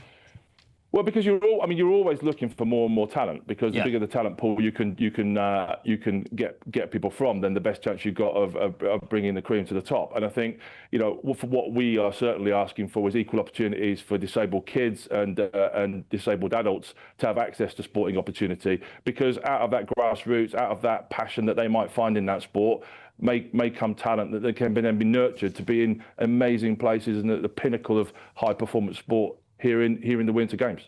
Dave, listen, have a great few weeks. It's always good to see you. I must say, please tell your friends at Liverpool to go easy on us when we play in a couple of weeks, because we may never speak again if things go wrong. But good luck with the Paralympics, and thanks a lot for your time. Thank you so much, Corey. Appreciate it. Cheers. Thank you very much. Dave Clark, CEO there. Oh, what a nice GB. man. He is and a legendary footballer as well. Yeah. 144 games he played for England and also Team GB. Top goal scorer. He's even in the National Football Hall of Fame as well. Oh, brilliant. You know them all, Paul. Well, you know. Got friends in circles that I seem to hang out. Friends in high places. I try my very best. Yes, very good. That's the way. All right, lovely. Have a good weekend. Thank you. Right, still to come, United Airlines is clamping down on passenger rules. We're going to get more details on that in the papers with Emma and Bill. First, here's a European forecast. Ready to soak up that holiday sunshine? Won't we need some cover? No worries, all sorted. All Clear Travel Insurance sponsors GB News Travel Destinations Forecast. Portugal's looking sunnier on Saturday, but further heavy rain to come across Mallorca and the eastern side of Spain. The odd shower possible for the Canaries, but generally sunny spells here and for Madeira. Fine day in Portugal after the heavy downpours of Friday. Still some heavy showers to come, though, on the east coast of Spain and for the Balearics, Sardinia and Sicily too. Mostly fine in Greece with some sunny spells. It'll stay fine in Santorini. The showers easing in Barcelona by Monday. All Clear Travel Insurance sponsors GB News Travel Destinations Forecast. Do you trust what you're being told? Good, because neither do I. Those are just facts. I'm Alex Armstrong, and on my show, we'll expose the spin. Well, I want to answer that, because you didn't let me last time, because you always speak over me. The broken promises. To deny that is denying the truth. And the hypocrisy. Needs to stop. You think we can allow? Politics, policy, parliament. Nothing is off limits. No sugarcoating, no fear of offence, just the truth laid bare. Tune in every Saturday and Sunday at 9 p.m. for Alex Armstrong Tonight, only on GB News, Britain's news channel. Britain's newsroom, weekday mornings from 9:30. There are at least 500 dumps scouring the British countryside, and there's a massive one, which we've been at this morning for GB News in Wigan. It's been dubbed the most dangerous of its kind in the country, and it's on land partially owned by the King. It stinks. It's attractive. It will be a magnet for rodents, rats. Look at that. You just think. If you're listening on the radio, it is. It's Well, how enormous. high would you say that is? Well, 18 foot high? Concept, but yeah, at least metres and metres. And you can understand. If you died in that, you'd be dead. You would. Wouldn't recommend it. You can understand. Wow, it's taller than the trees. It is taller than the trees. It's taller than a JCB. How on earth did this happen? Well, joining us now from the dump itself is GB News national reporter Sophie Reaper. Sophie, we've just been saying how you can understand fly tipping, people dumping the odd bin bag or piece of furniture, but how do you go from that to this enormous piece of rubbish dump? It's disgraceful. I think that's the question on the lips of a lot of the local residents in this area, Miriam. People asking how and why this has been allowed to happen and why nothing's been done about it. We got the chance to speak exclusively to the owner of one of those houses, whose house is right there, his garden backs right onto it. Here's what he had to say. Well, down here, you've forgotten. The council ignore it. They're just skirting around the edges of it, doing nothing. When they cleaned up the one in Oxfordshire, they said they're only cleaning that one up because it was a fire risk. This has already been on fire once. It cost over £500,000 to put the fire out, and it's going to happen again. So, but just by their own standards, I think they should clear it up. If it costs £3 million, it costs £3 million. GB News, the People's Channel. Britain deserves a newsroom that puts the facts and your voice first. Well, and that's what you get on GB News. Lively debates, lively conversation. And we're not afraid to hold power to account. And each other. So join me, Andrew Pierce. And me, Miriam Gates, for Britain's Newsroom, weekdays from 9:30 on GB News.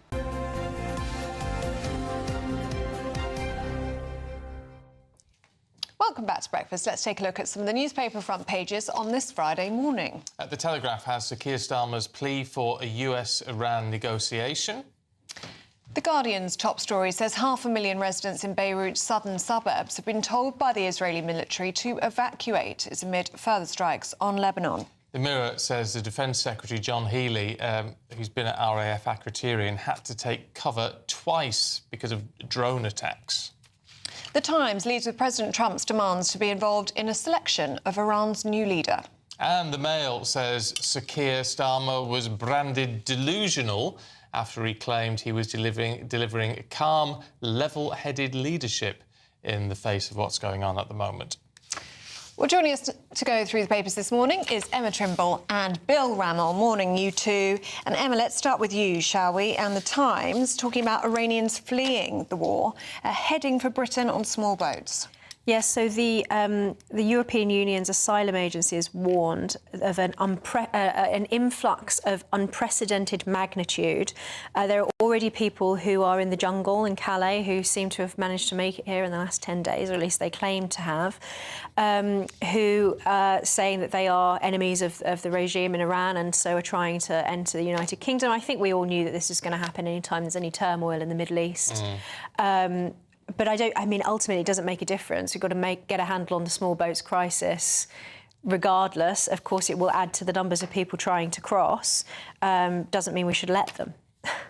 Bill? No, Bill. Well, I've said several times this morning that I think the American actions in Iran are reckless. There's no thought-out plan, and there's massive consequences. One of them is migration. You know, already 11% of the boat crossers are Iranian. Clearly, 30,000 people killed by that brutal regime in the last year. People are going to flee with a well-founded fear of brutality and persecution, and will have very strong claims for asylum if they get here. It's just one more example of how there's massive consequences for what the Americans and Israelis are doing in Iran. All right, look, because you've talked so much about Iran this morning, let's move on to some slightly different stories and things that might get you goat a little bit this morning. Bill, this is in the Times. There are new government guidelines, which means when you're putting forward a job advert, we need to strip it of masculine or over-masculine language like ambition. Yeah, I think this is one where Emma and I are going to agree, and I've been warned by you, Stephen, about my language in respect of this story. It's bonkers. The idea that you words, get away with that one. That's all right. I could have used Ho-Jones, and people can Google what that actually means.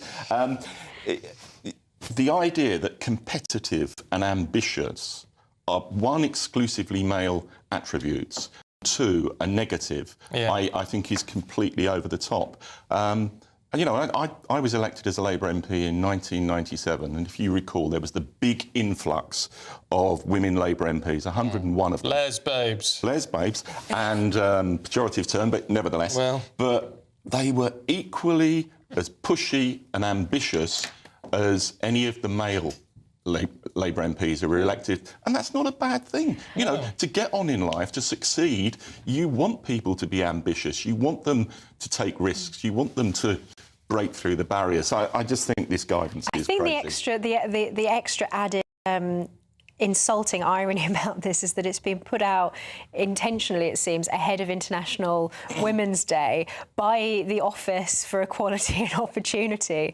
The idea that women are not ambitious, I say as a very ambitious woman, and also even the suggestion that, you know, maybe to be ambitious is in some way to be sort of some kind of like boss babe feminist thing. It's just wrong. It's really, really insulting, actually. You just need to sit quietly in the corner and gently try and climb the ladder while soothing everyone else's egos. And I know, it's utterly crazy.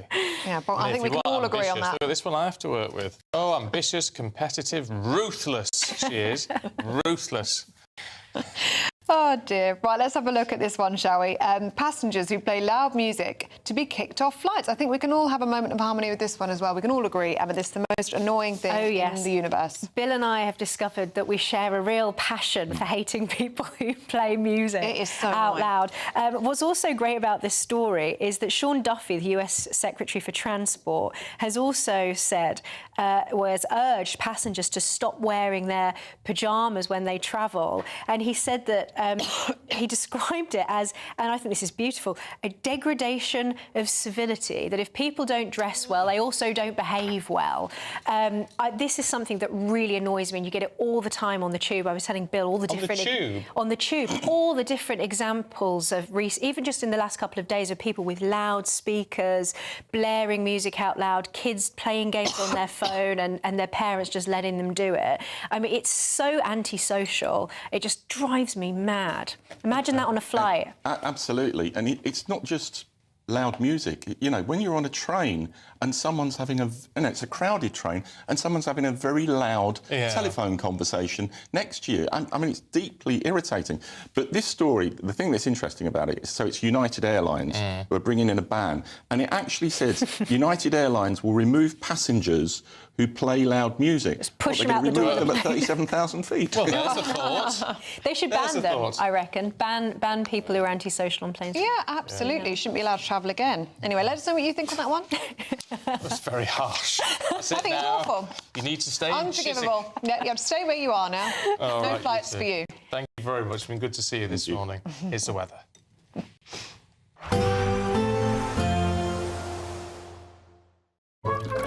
Warm and cosy, with a chance of zero visibility. Boxed Boilers sponsors the weather on GB News. Morning, welcome along to your latest weather update from the Met Office here on GB News. After quite a bit of sunshine yesterday, it's a much duller day for England and Wales today, and for many, quite a bit colder. Whereas for Scotland and Northern Ireland, we should see quite a bit of sunshine, but there's a frost here first thing. It's not sunny everywhere across Scotland this morning, much of southern Scotland starting dull and damp, but the rain is petering out here. We're going to see outbreaks of rain pushing slowly into parts of central and southern England through the day. Nothing too heavy, but turning a little damp, certainly. And much more cloud than yesterday. As a result, a lot colder over northern England, the Midlands and Wales, 8 or 9 at best. We could still squeak into the teens across the southeast if it does brighten up here. But the sunniest weather certainly across Scotland and Northern Ireland, whereas further south it's going to stay fairly grey, I think, throughout the day.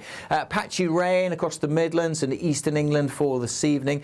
Largely dry across Wales. We may see some breaks in the cloud, but as I mentioned, definitely the sunniest skies and the clearest skies this evening are going to be across Scotland and Northern Ireland. With those clear skies, quite quickly, we will see those temperatures falling away across northern and eastern parts of Scotland. So another touch of frost likely here. But for England and Wales, we'll keep a lot of cloud. Could see some further showery rain drifting up as we go through the early hours. At the same time, a weather front approaches the northwest, increasing the cloud over the Western Isles. But for eastern and central Scotland, the clear skies here will allow a frost. But for England and Wales, temperatures holding well up above freezing. Into the weekend, pretty gloomy start for England and Wales. Could be some mist and fog around, some outbreaks of mostly light rain and drizzle over the Midlands, South Wales and southwest England. Elsewhere, most places dry. Some rain will edge into the Western Isles later, but much of Scotland and Northern Ireland dry and bright again tomorrow. Saturday, sunshine here, lifting the temperatures up to 9, 10, maybe 11 degrees Celsius. And if it brightens up in the southeast, we could again get into the teens tomorrow afternoon. Warm and cosy, with a chance of zero visibility. Boxed Boilers sponsors the weather on GB News. Thank you for making us Britain's #1 news channel. Together, we have built something truly extraordinary.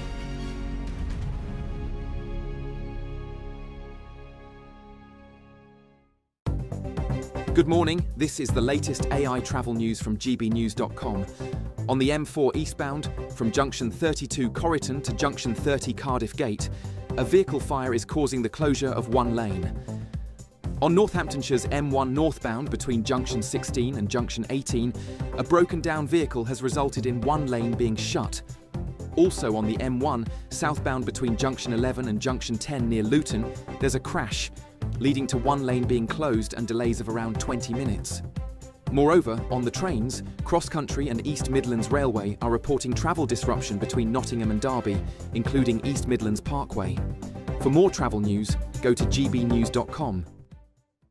You could be the proud owner of a brand new Benivan 122. This very latest 2026 model comfortably sleeps 4, comes complete with built-in kitchen, compact washroom, and is worth over £67,000. But that's not all, as we'll also give you a further £25,000 in tax-free cash to spend on anything you like in the coming year. For a chance to win a camper van and cash, text prize to 63225. One entry costs £2.50 plus one standard network rate message, or text bonus to 63225. 5 entries cost £5 plus one standard network rate message. Go to gbnews.com/win. Entry starts at £2.50. Call 0903 686 3232. Calls cost £2.50 plus your network access charge, or post your name and number to GB20 PO Box 8690 Derby DE1 9TT. Entrance must be 18 or over. Lines close at 4 p.m. on the 1st of May. Please check the closing time if listening or watching on demand. Good luck.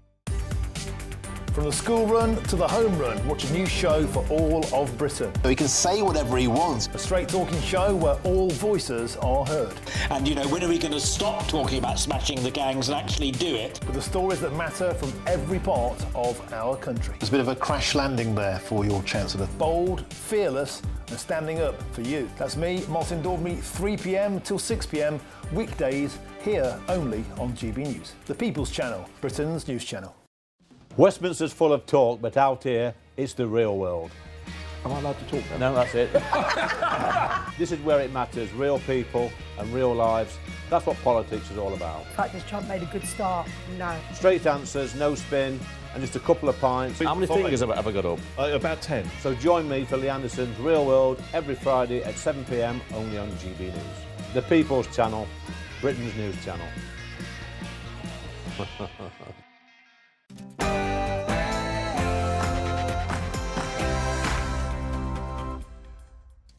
Good morning. Sir Keir Starmer says he won't be pressured on Iran. Well, that's despite criticism both home and abroad.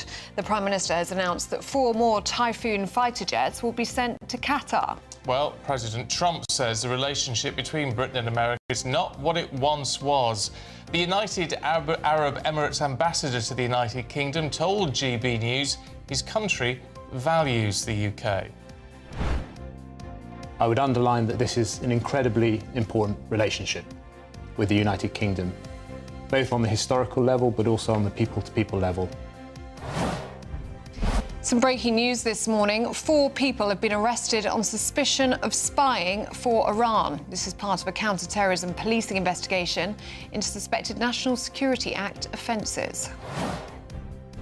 Well, another 6 people have been arrested on suspicion of assisting offenders. These are the first arrests related to Iran since this conflict began almost a week ago. Also this morning, pop star Britney Spears has been arrested for driving under the influence. Her representatives say it could spark a long overdue change in the troubled singer's life. We have any steak frozen pasta? We've got plenty, yes. How many would you like? And imagine the future king taking your pasty order. Well, that's exactly what happened to Josie. She called up, didn't she? Ordered, I think it was 30 pasties? 24 pasties? 15. 15 pasties. 5 fresh, 10 frozen. Oh, well, good memory. The Prince of Wales picked up in Cornwall. We're going to hear the whole story from our royal correspondent, Cameron Walker. And Crufts is back. We told you yesterday it was opening. Jack Carson, we've sent him back there. Well, he's taken himself back there, frankly, because he can't help himself. Can't get enough. Talking to him live in a moment.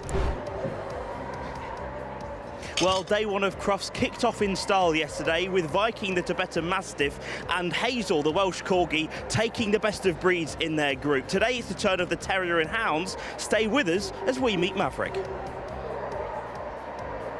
The weather's gone for the old switcheroo today. After plenty of sunshine yesterday, much of England and Wales will be a good deal duller, whereas a good part of Scotland and Northern Ireland will see sunny skies today. Join me later for all the details of today and a first peek at the weekend's weather. It's just gone 9 o'clock. I'm Stephen Dixon. I'm Ellie Costello, and this is GB News Breakfast.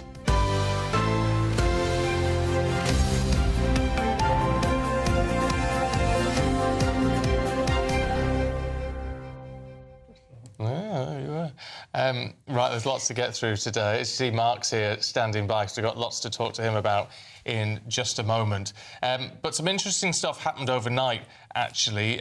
Bev Turner over in the States was talking to the United States Ambassador to the United Nations, Mike Waltz. Now, he's hit out at the UK's response to what's going on in the Middle East. He said, being quite diplomatic in a way, saying it was disappointing. Well, this comes as the Prime Minister has announced the deployment of 4 more Typhoon fighter jets to Qatar.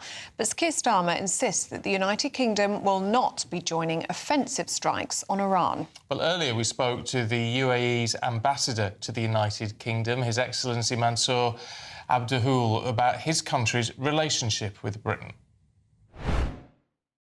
In terms of the UK government, I wouldn't want to comment on operation capability of the British government, but I would underline that this is an incredibly important relationship with the United Kingdom, both on the historical level, but also on the people-to-people level. We have huge people-to-people connectivity. Our economic links are incredibly strong. We are the largest, the United Arab Emirates is the largest trading partner with the UK. And some breaking news coming into us this morning. 4 people have been arrested on suspicion of spying for Iran.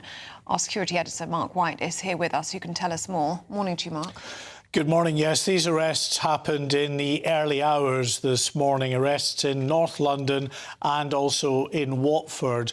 4 people arrested under the National Security Act. They are being questioned on suspicion of carrying out reconnaissance at Jewish sites. That, of course, will immediately raise some real concern about the safety of the Jewish community, and of further concern is that these arrests are linked to Iran.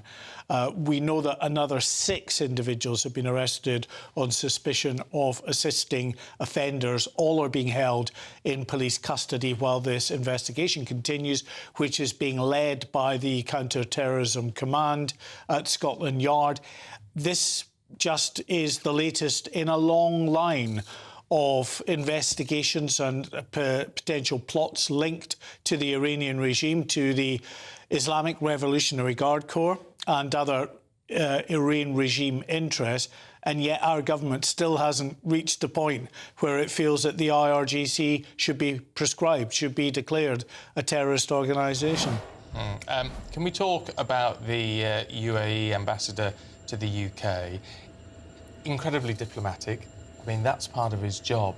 But if you take, as we were talking to him, and some of the stuff he was saying, I thought, if you're part of the government watching this and the diplomatic service, there is a very clear message just sort of underneath what he was saying.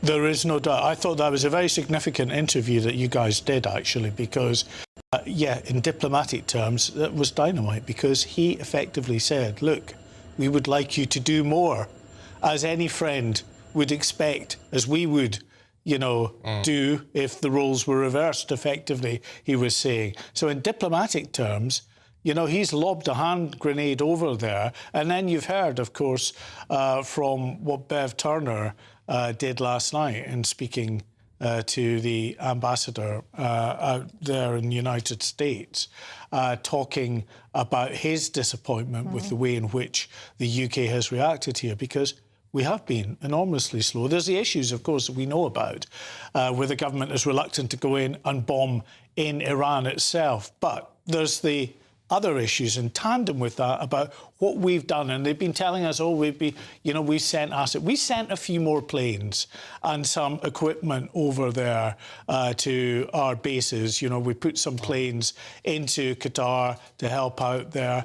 But not really a significant quantity of aircraft and personnel, and we've got no naval assets in that Gulf region for the first time in a very, very long time. And we have a base in Bahrain that now plays host to no Royal Navy ships. Normally, there was a frigate, 4 minesweepers, a naval support vessel in there as well. That was the norm, and sometimes more in times of crisis. We're not there. Where are we in terms of I say forget, it's enormously important to, of course, guard our sovereign air base in Cyprus. But where are we in the Gulf, escorting ships through the Gulf at this time of heightened crisis? And what's the indication that we'll do that? But what seems pretty clear, even if you take that as read, that we're not there, we're not in the region, but in terms of pre-deployment for this, we could have been ready in plenty of time. And it seems pretty clear from all the experts we've talked to, saying this has purely been a political decision, that the Navy will have presented the MOD with documents weeks and weeks ago saying this is what we should be doing and this is when we can do it, and the government have said no. We can tell you that's exactly what happened, that the Navy presented plans for bolstering our presence in that region at this time for just the kind of scenario that was obvious to so many other nations was going to unfold here. But instead, the priority was given to operations in the Atlantic and the High North. And yes, absolutely, there is a big threat in terms of Russia and the Ukraine conflict. But they were not going up there to take part in military actions against the Russians. This is an exercise to show support in the High North. So we have prioritised, because it's high profile and we want to show support to our Ukrainian friends, we have prioritised that set of exercises and a presence up there. We prioritised that over as going to the Gulf and going to the Eastern Mediterranean to protect Cyprus. And I've not spoken to a single military expert, current and former, who thinks that that was the right decision to do. And just very briefly, Mark, in about 30 seconds or so, we've got Sir Keir Starmer suggesting to the US that now is the time for negotiation and to negotiate with the Iranian regime. Can we negotiate with the Iranian regime? Well, the problem with negotiating with the Iranian regime is that this has been happening on and off for 47 years. Efforts to try to, soften the edges of this regime, to get them around the table. But the Iranians, under this regime, have been the absolute sort of archetypal prevaricators who have said outwardly to the world that they share the concerns over, moves towards a nuclear bomb capability, and they are absolutely driven by efforts for a civilian-only nuclear energy programme, and they're not looking at the bomb, while all the time, according to, you know, the security agencies of these key countries around the world, they know that they've been continuing their ballistic missile production and also moving towards getting a nuclear bomb at some point in the future. OK, Mark, thank you very much. Right, should we move on to something which should give you a bit of a smile this morning, because I think we all need one. The Prince and Princess of Wales split their time yesterday supporting two unique British communities. They were 260 miles apart, actually. Yes, Catherine was in Leicester, supporting local businesses there, and William was in Cornwall, where he surprised one lady with a phone call that she'll never, ever forget. No, she didn't realise it at the time, though, did she? Cameron Walker has got all the details. Hello, good afternoon.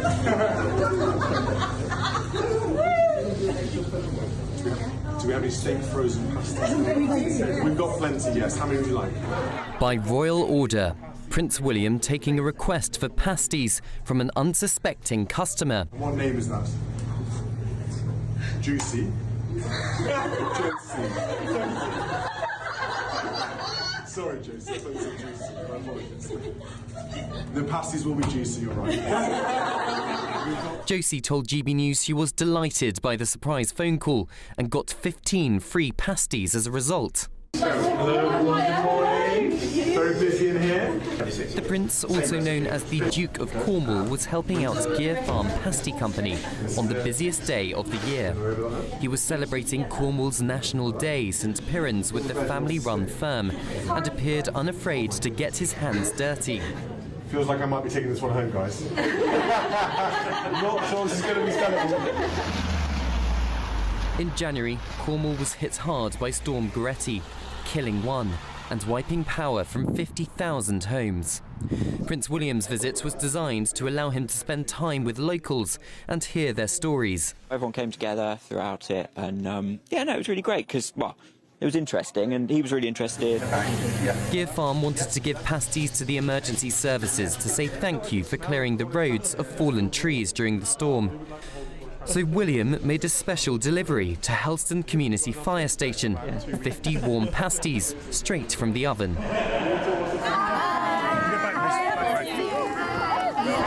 Meanwhile, the Princess of Wales was mobbed by fans in Leicester as she celebrated the culture and heritage of the British Hindu community. She visited businesses on the city's famous Golden Mile, famous for its Indian jewellery and fashion boutiques, and joined in some dancing to celebrate the Hindu festival of Holi at the Sri Dham Haveli temple. The Prince and Princess of Wales split their time supporting two unique British communities. On Monday, they'll support the King, celebrating ties between 56 independent nations on Commonwealth Day, as the world appears increasingly divided. Cameron Walker, GB News. Oh, fantastic stuff. That's just what we needed to see today, I think. Yeah, that'd make your lifetime if you put that call in. Oh, yeah. Down off that forever, wouldn't you? It would. Telling everyone down the pub. Plus the pasties just taste nicer as well. Yeah. Anyway, look, enough of that. How about the Great British Giveaway, our biggest prize of the year so far? It's a prize package worth more than 92 grand. Here are the details.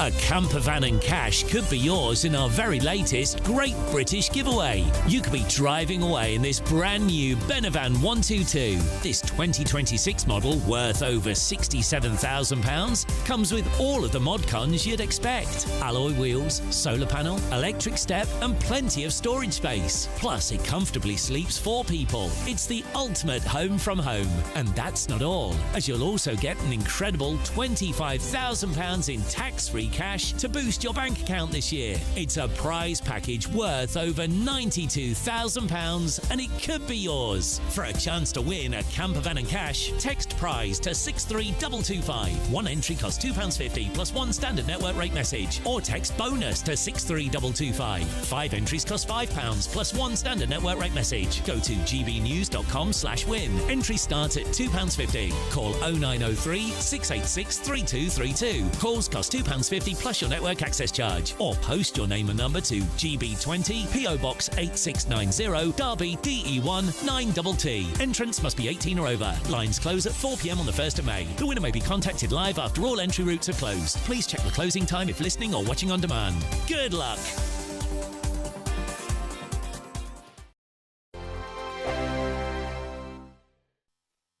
You want to know what's really going on in the corridors of power? Labour don't know what to do with you half the time, and that makes you quite lethal in the chamber. Get behind the headlines with Chopper's Political Podcast. Join me, Christopher Hope, as I sit down with the great and the good of British politics. We'll see where this ruling takes us. These are the stories shaping our nation. Chopper's Political Podcast, available now on all platforms. Listen in and stay ahead.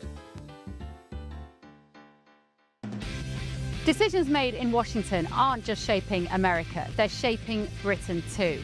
From migration to global security, from crime to health. Whatever happens in the White House today will be felt in your town or city tomorrow. That's why The Late Show is live from Washington, D.C. Cutting through the politics to show you what it all means for Britain. The Late Show live every night at midnight. Only on GB News, Britain's news channel. Exciting news. Every Friday, my Patrick Christie's Tonight Show is going to have a twist to it. We're welcoming some special guests. You. That's right, on Fridays I'm going to be doing my show in front of a live studio audience because this show is about you and what you have to say. It's going to be the same big debates, same big topics, same big opinions. But every Friday night at 9 p.m, you are invited to come on down to Patrick Christie's Tonight to be a part of the action.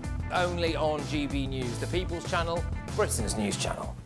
Hi, I'm Michelle Dewberry and my show is your opportunity to cut through all the noise and dive in headfirst to some robust debates. Ideas clash. Situation, no, isn't it? Because the failure is... You're deliberately avoiding my point. Nothing's held back. And if you think this is the end of it, wait for more. And we do not shy away from the difficult stuff. Sometimes I want to shake people and say, if only you understood. So join me on Jubes & Co weeknights at 6 p.m, only on GB News, Britain's news channel.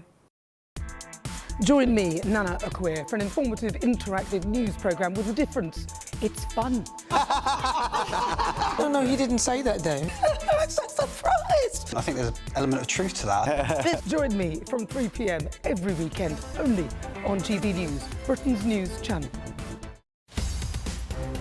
In the GB Newsroom, we bring you the news as it happens. With our team of dedicated journalists across the UK. We're ready to keep you up to date with what's happening every half an hour, every single day. Bulletins here on GB News. The People's Channel. Britain's news channel. As soon as it hits 11 and the headlines come in... Late Edition brings you the breaking news from all the front pages. Because the news is going to happen. So get a head start today. Patrick Christie's Tonight, Late Edition. Alex Armstrong Tonight, Late Edition. From 11 o'clock every night. Only on GB News, the People's Channel, Britain's news channel.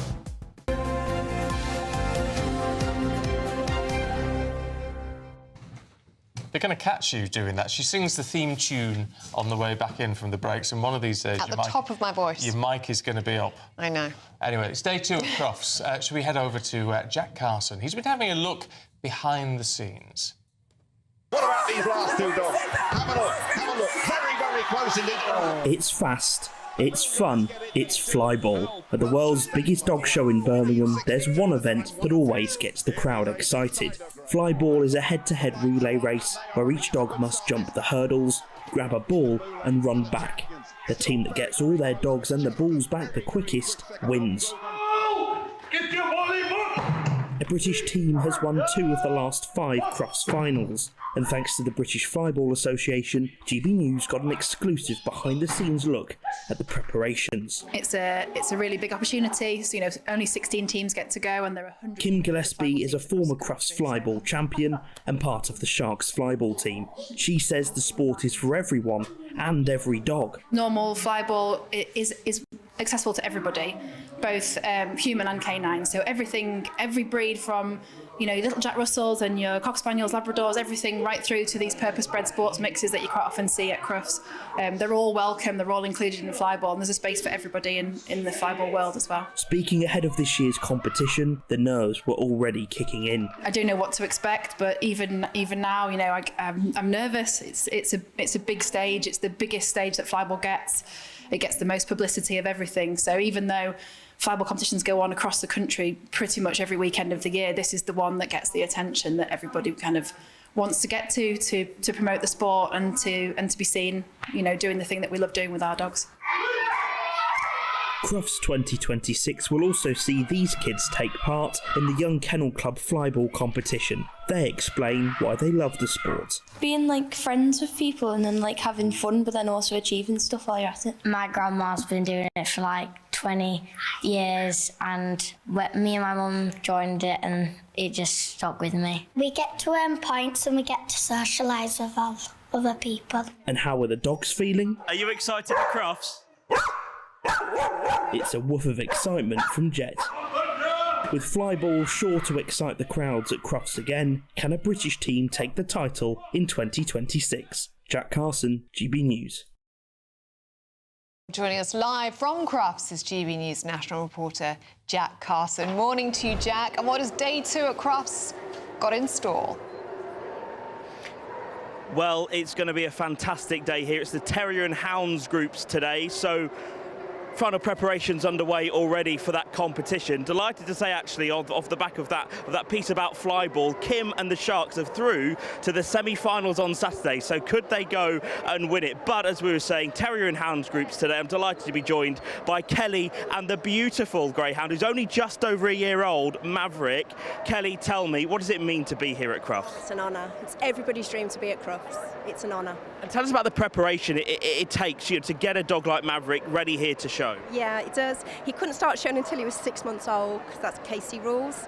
And in that time, he's just been amazing for me. And why greyhounds? What about the breed for you? Do you love about them so much? I've been involved with grounds all my life, ever since I was a child. I've had racers, ex-racers as well. I've got my little girl in the cage there. She's actually showing today too. He's my first show greyhound, and I couldn't be more proud of him.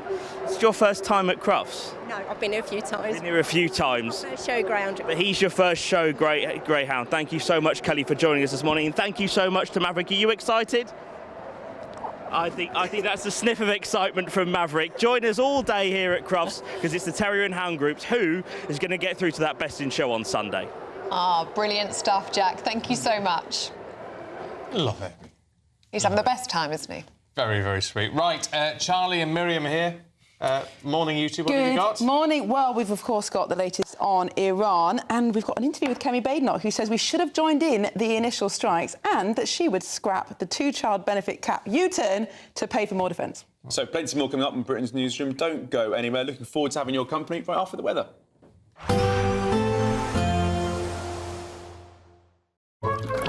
Warm and cosy, with a chance of zero visibility. Boxed Boilers sponsors the weather on GB News.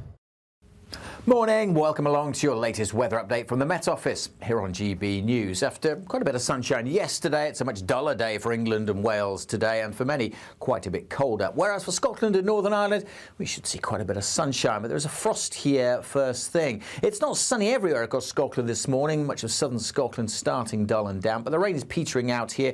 We're going to see outbreaks of rain pushing slowly into parts of central and southern England through the day. Nothing too heavy, but turning a little damp, certainly. And much more cloud than yesterday. As a result, a lot colder over northern England, the Midlands and Wales, 8 or 9 at best. We could still squeak into the teens across the southeast if it does brighten up here.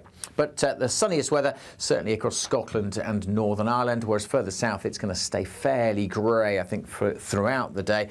Patchy rain across the Midlands and eastern England for this evening. Largely dry across Wales. We may see some breaks in the cloud, but as I mentioned, definitely the sunniest skies and the clearest skies this evening are going to be across Scotland and Northern Ireland. With those clear skies, quite quickly we will see those temperatures falling away across northern and eastern parts of Scotland. So another touch of frost likely here. But for England and Wales, we'll keep a lot of cloud. Could see some further showery rain drifting up as we go through the early hours. At the same time, a weather front approaches the northwest, increasing the cloud over the Western Isles. But for eastern and central Scotland, the clear skies here will allow a frost. But for England and Wales, temperatures holding well up above freezing. Into the weekend, fairly gloomy start for England and Wales. Could be some mist and fog around, some outbreaks of mostly light rain and drizzle over the Midlands, South Wales and southwest England. Elsewhere, most places dry. Some rain will edge into the Western Isles later, but much of Scotland and Northern Ireland dry and bright again tomorrow. Saturday, sunshine here, lifting the temperatures up to 9, 10, maybe 11 degrees Celsius. And if it brightens up in the southeast, we could again get into the teens tomorrow afternoon. Warm and cosy, with a chance of zero visibility. Boxed Boiler sponsors the weather on GB News. Thank you for making us Britain's #1 news channel. Together, we have built something truly extraordinary.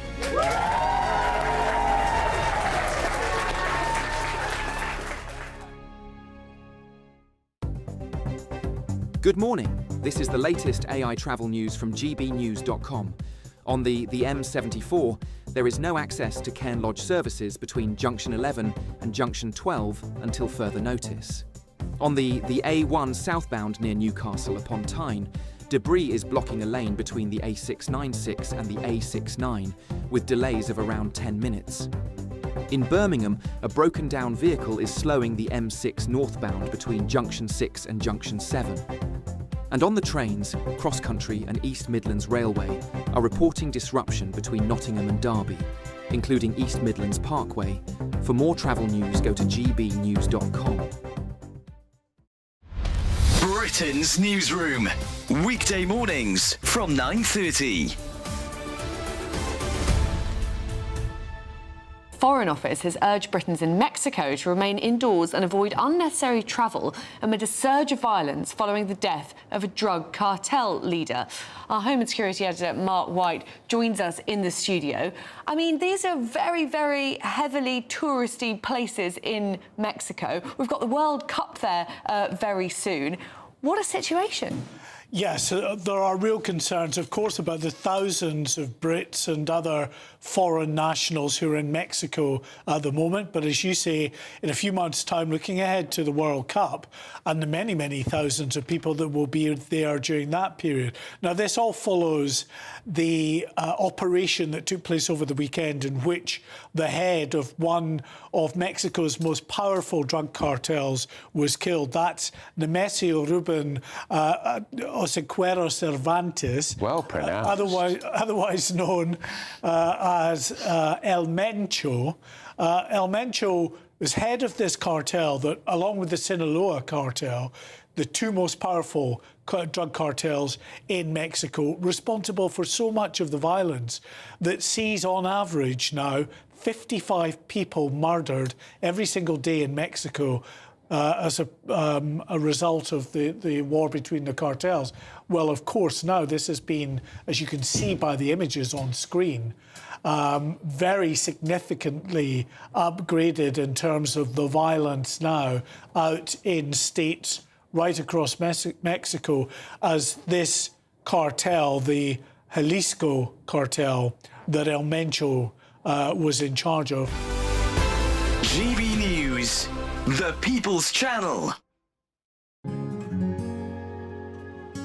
All too often, people will be sitting at home watching a press conference live, and they'll hear loads of questions being asked, and they'll be thinking, that's not my question. That's not my concern. We don't care whose feathers we ruffle.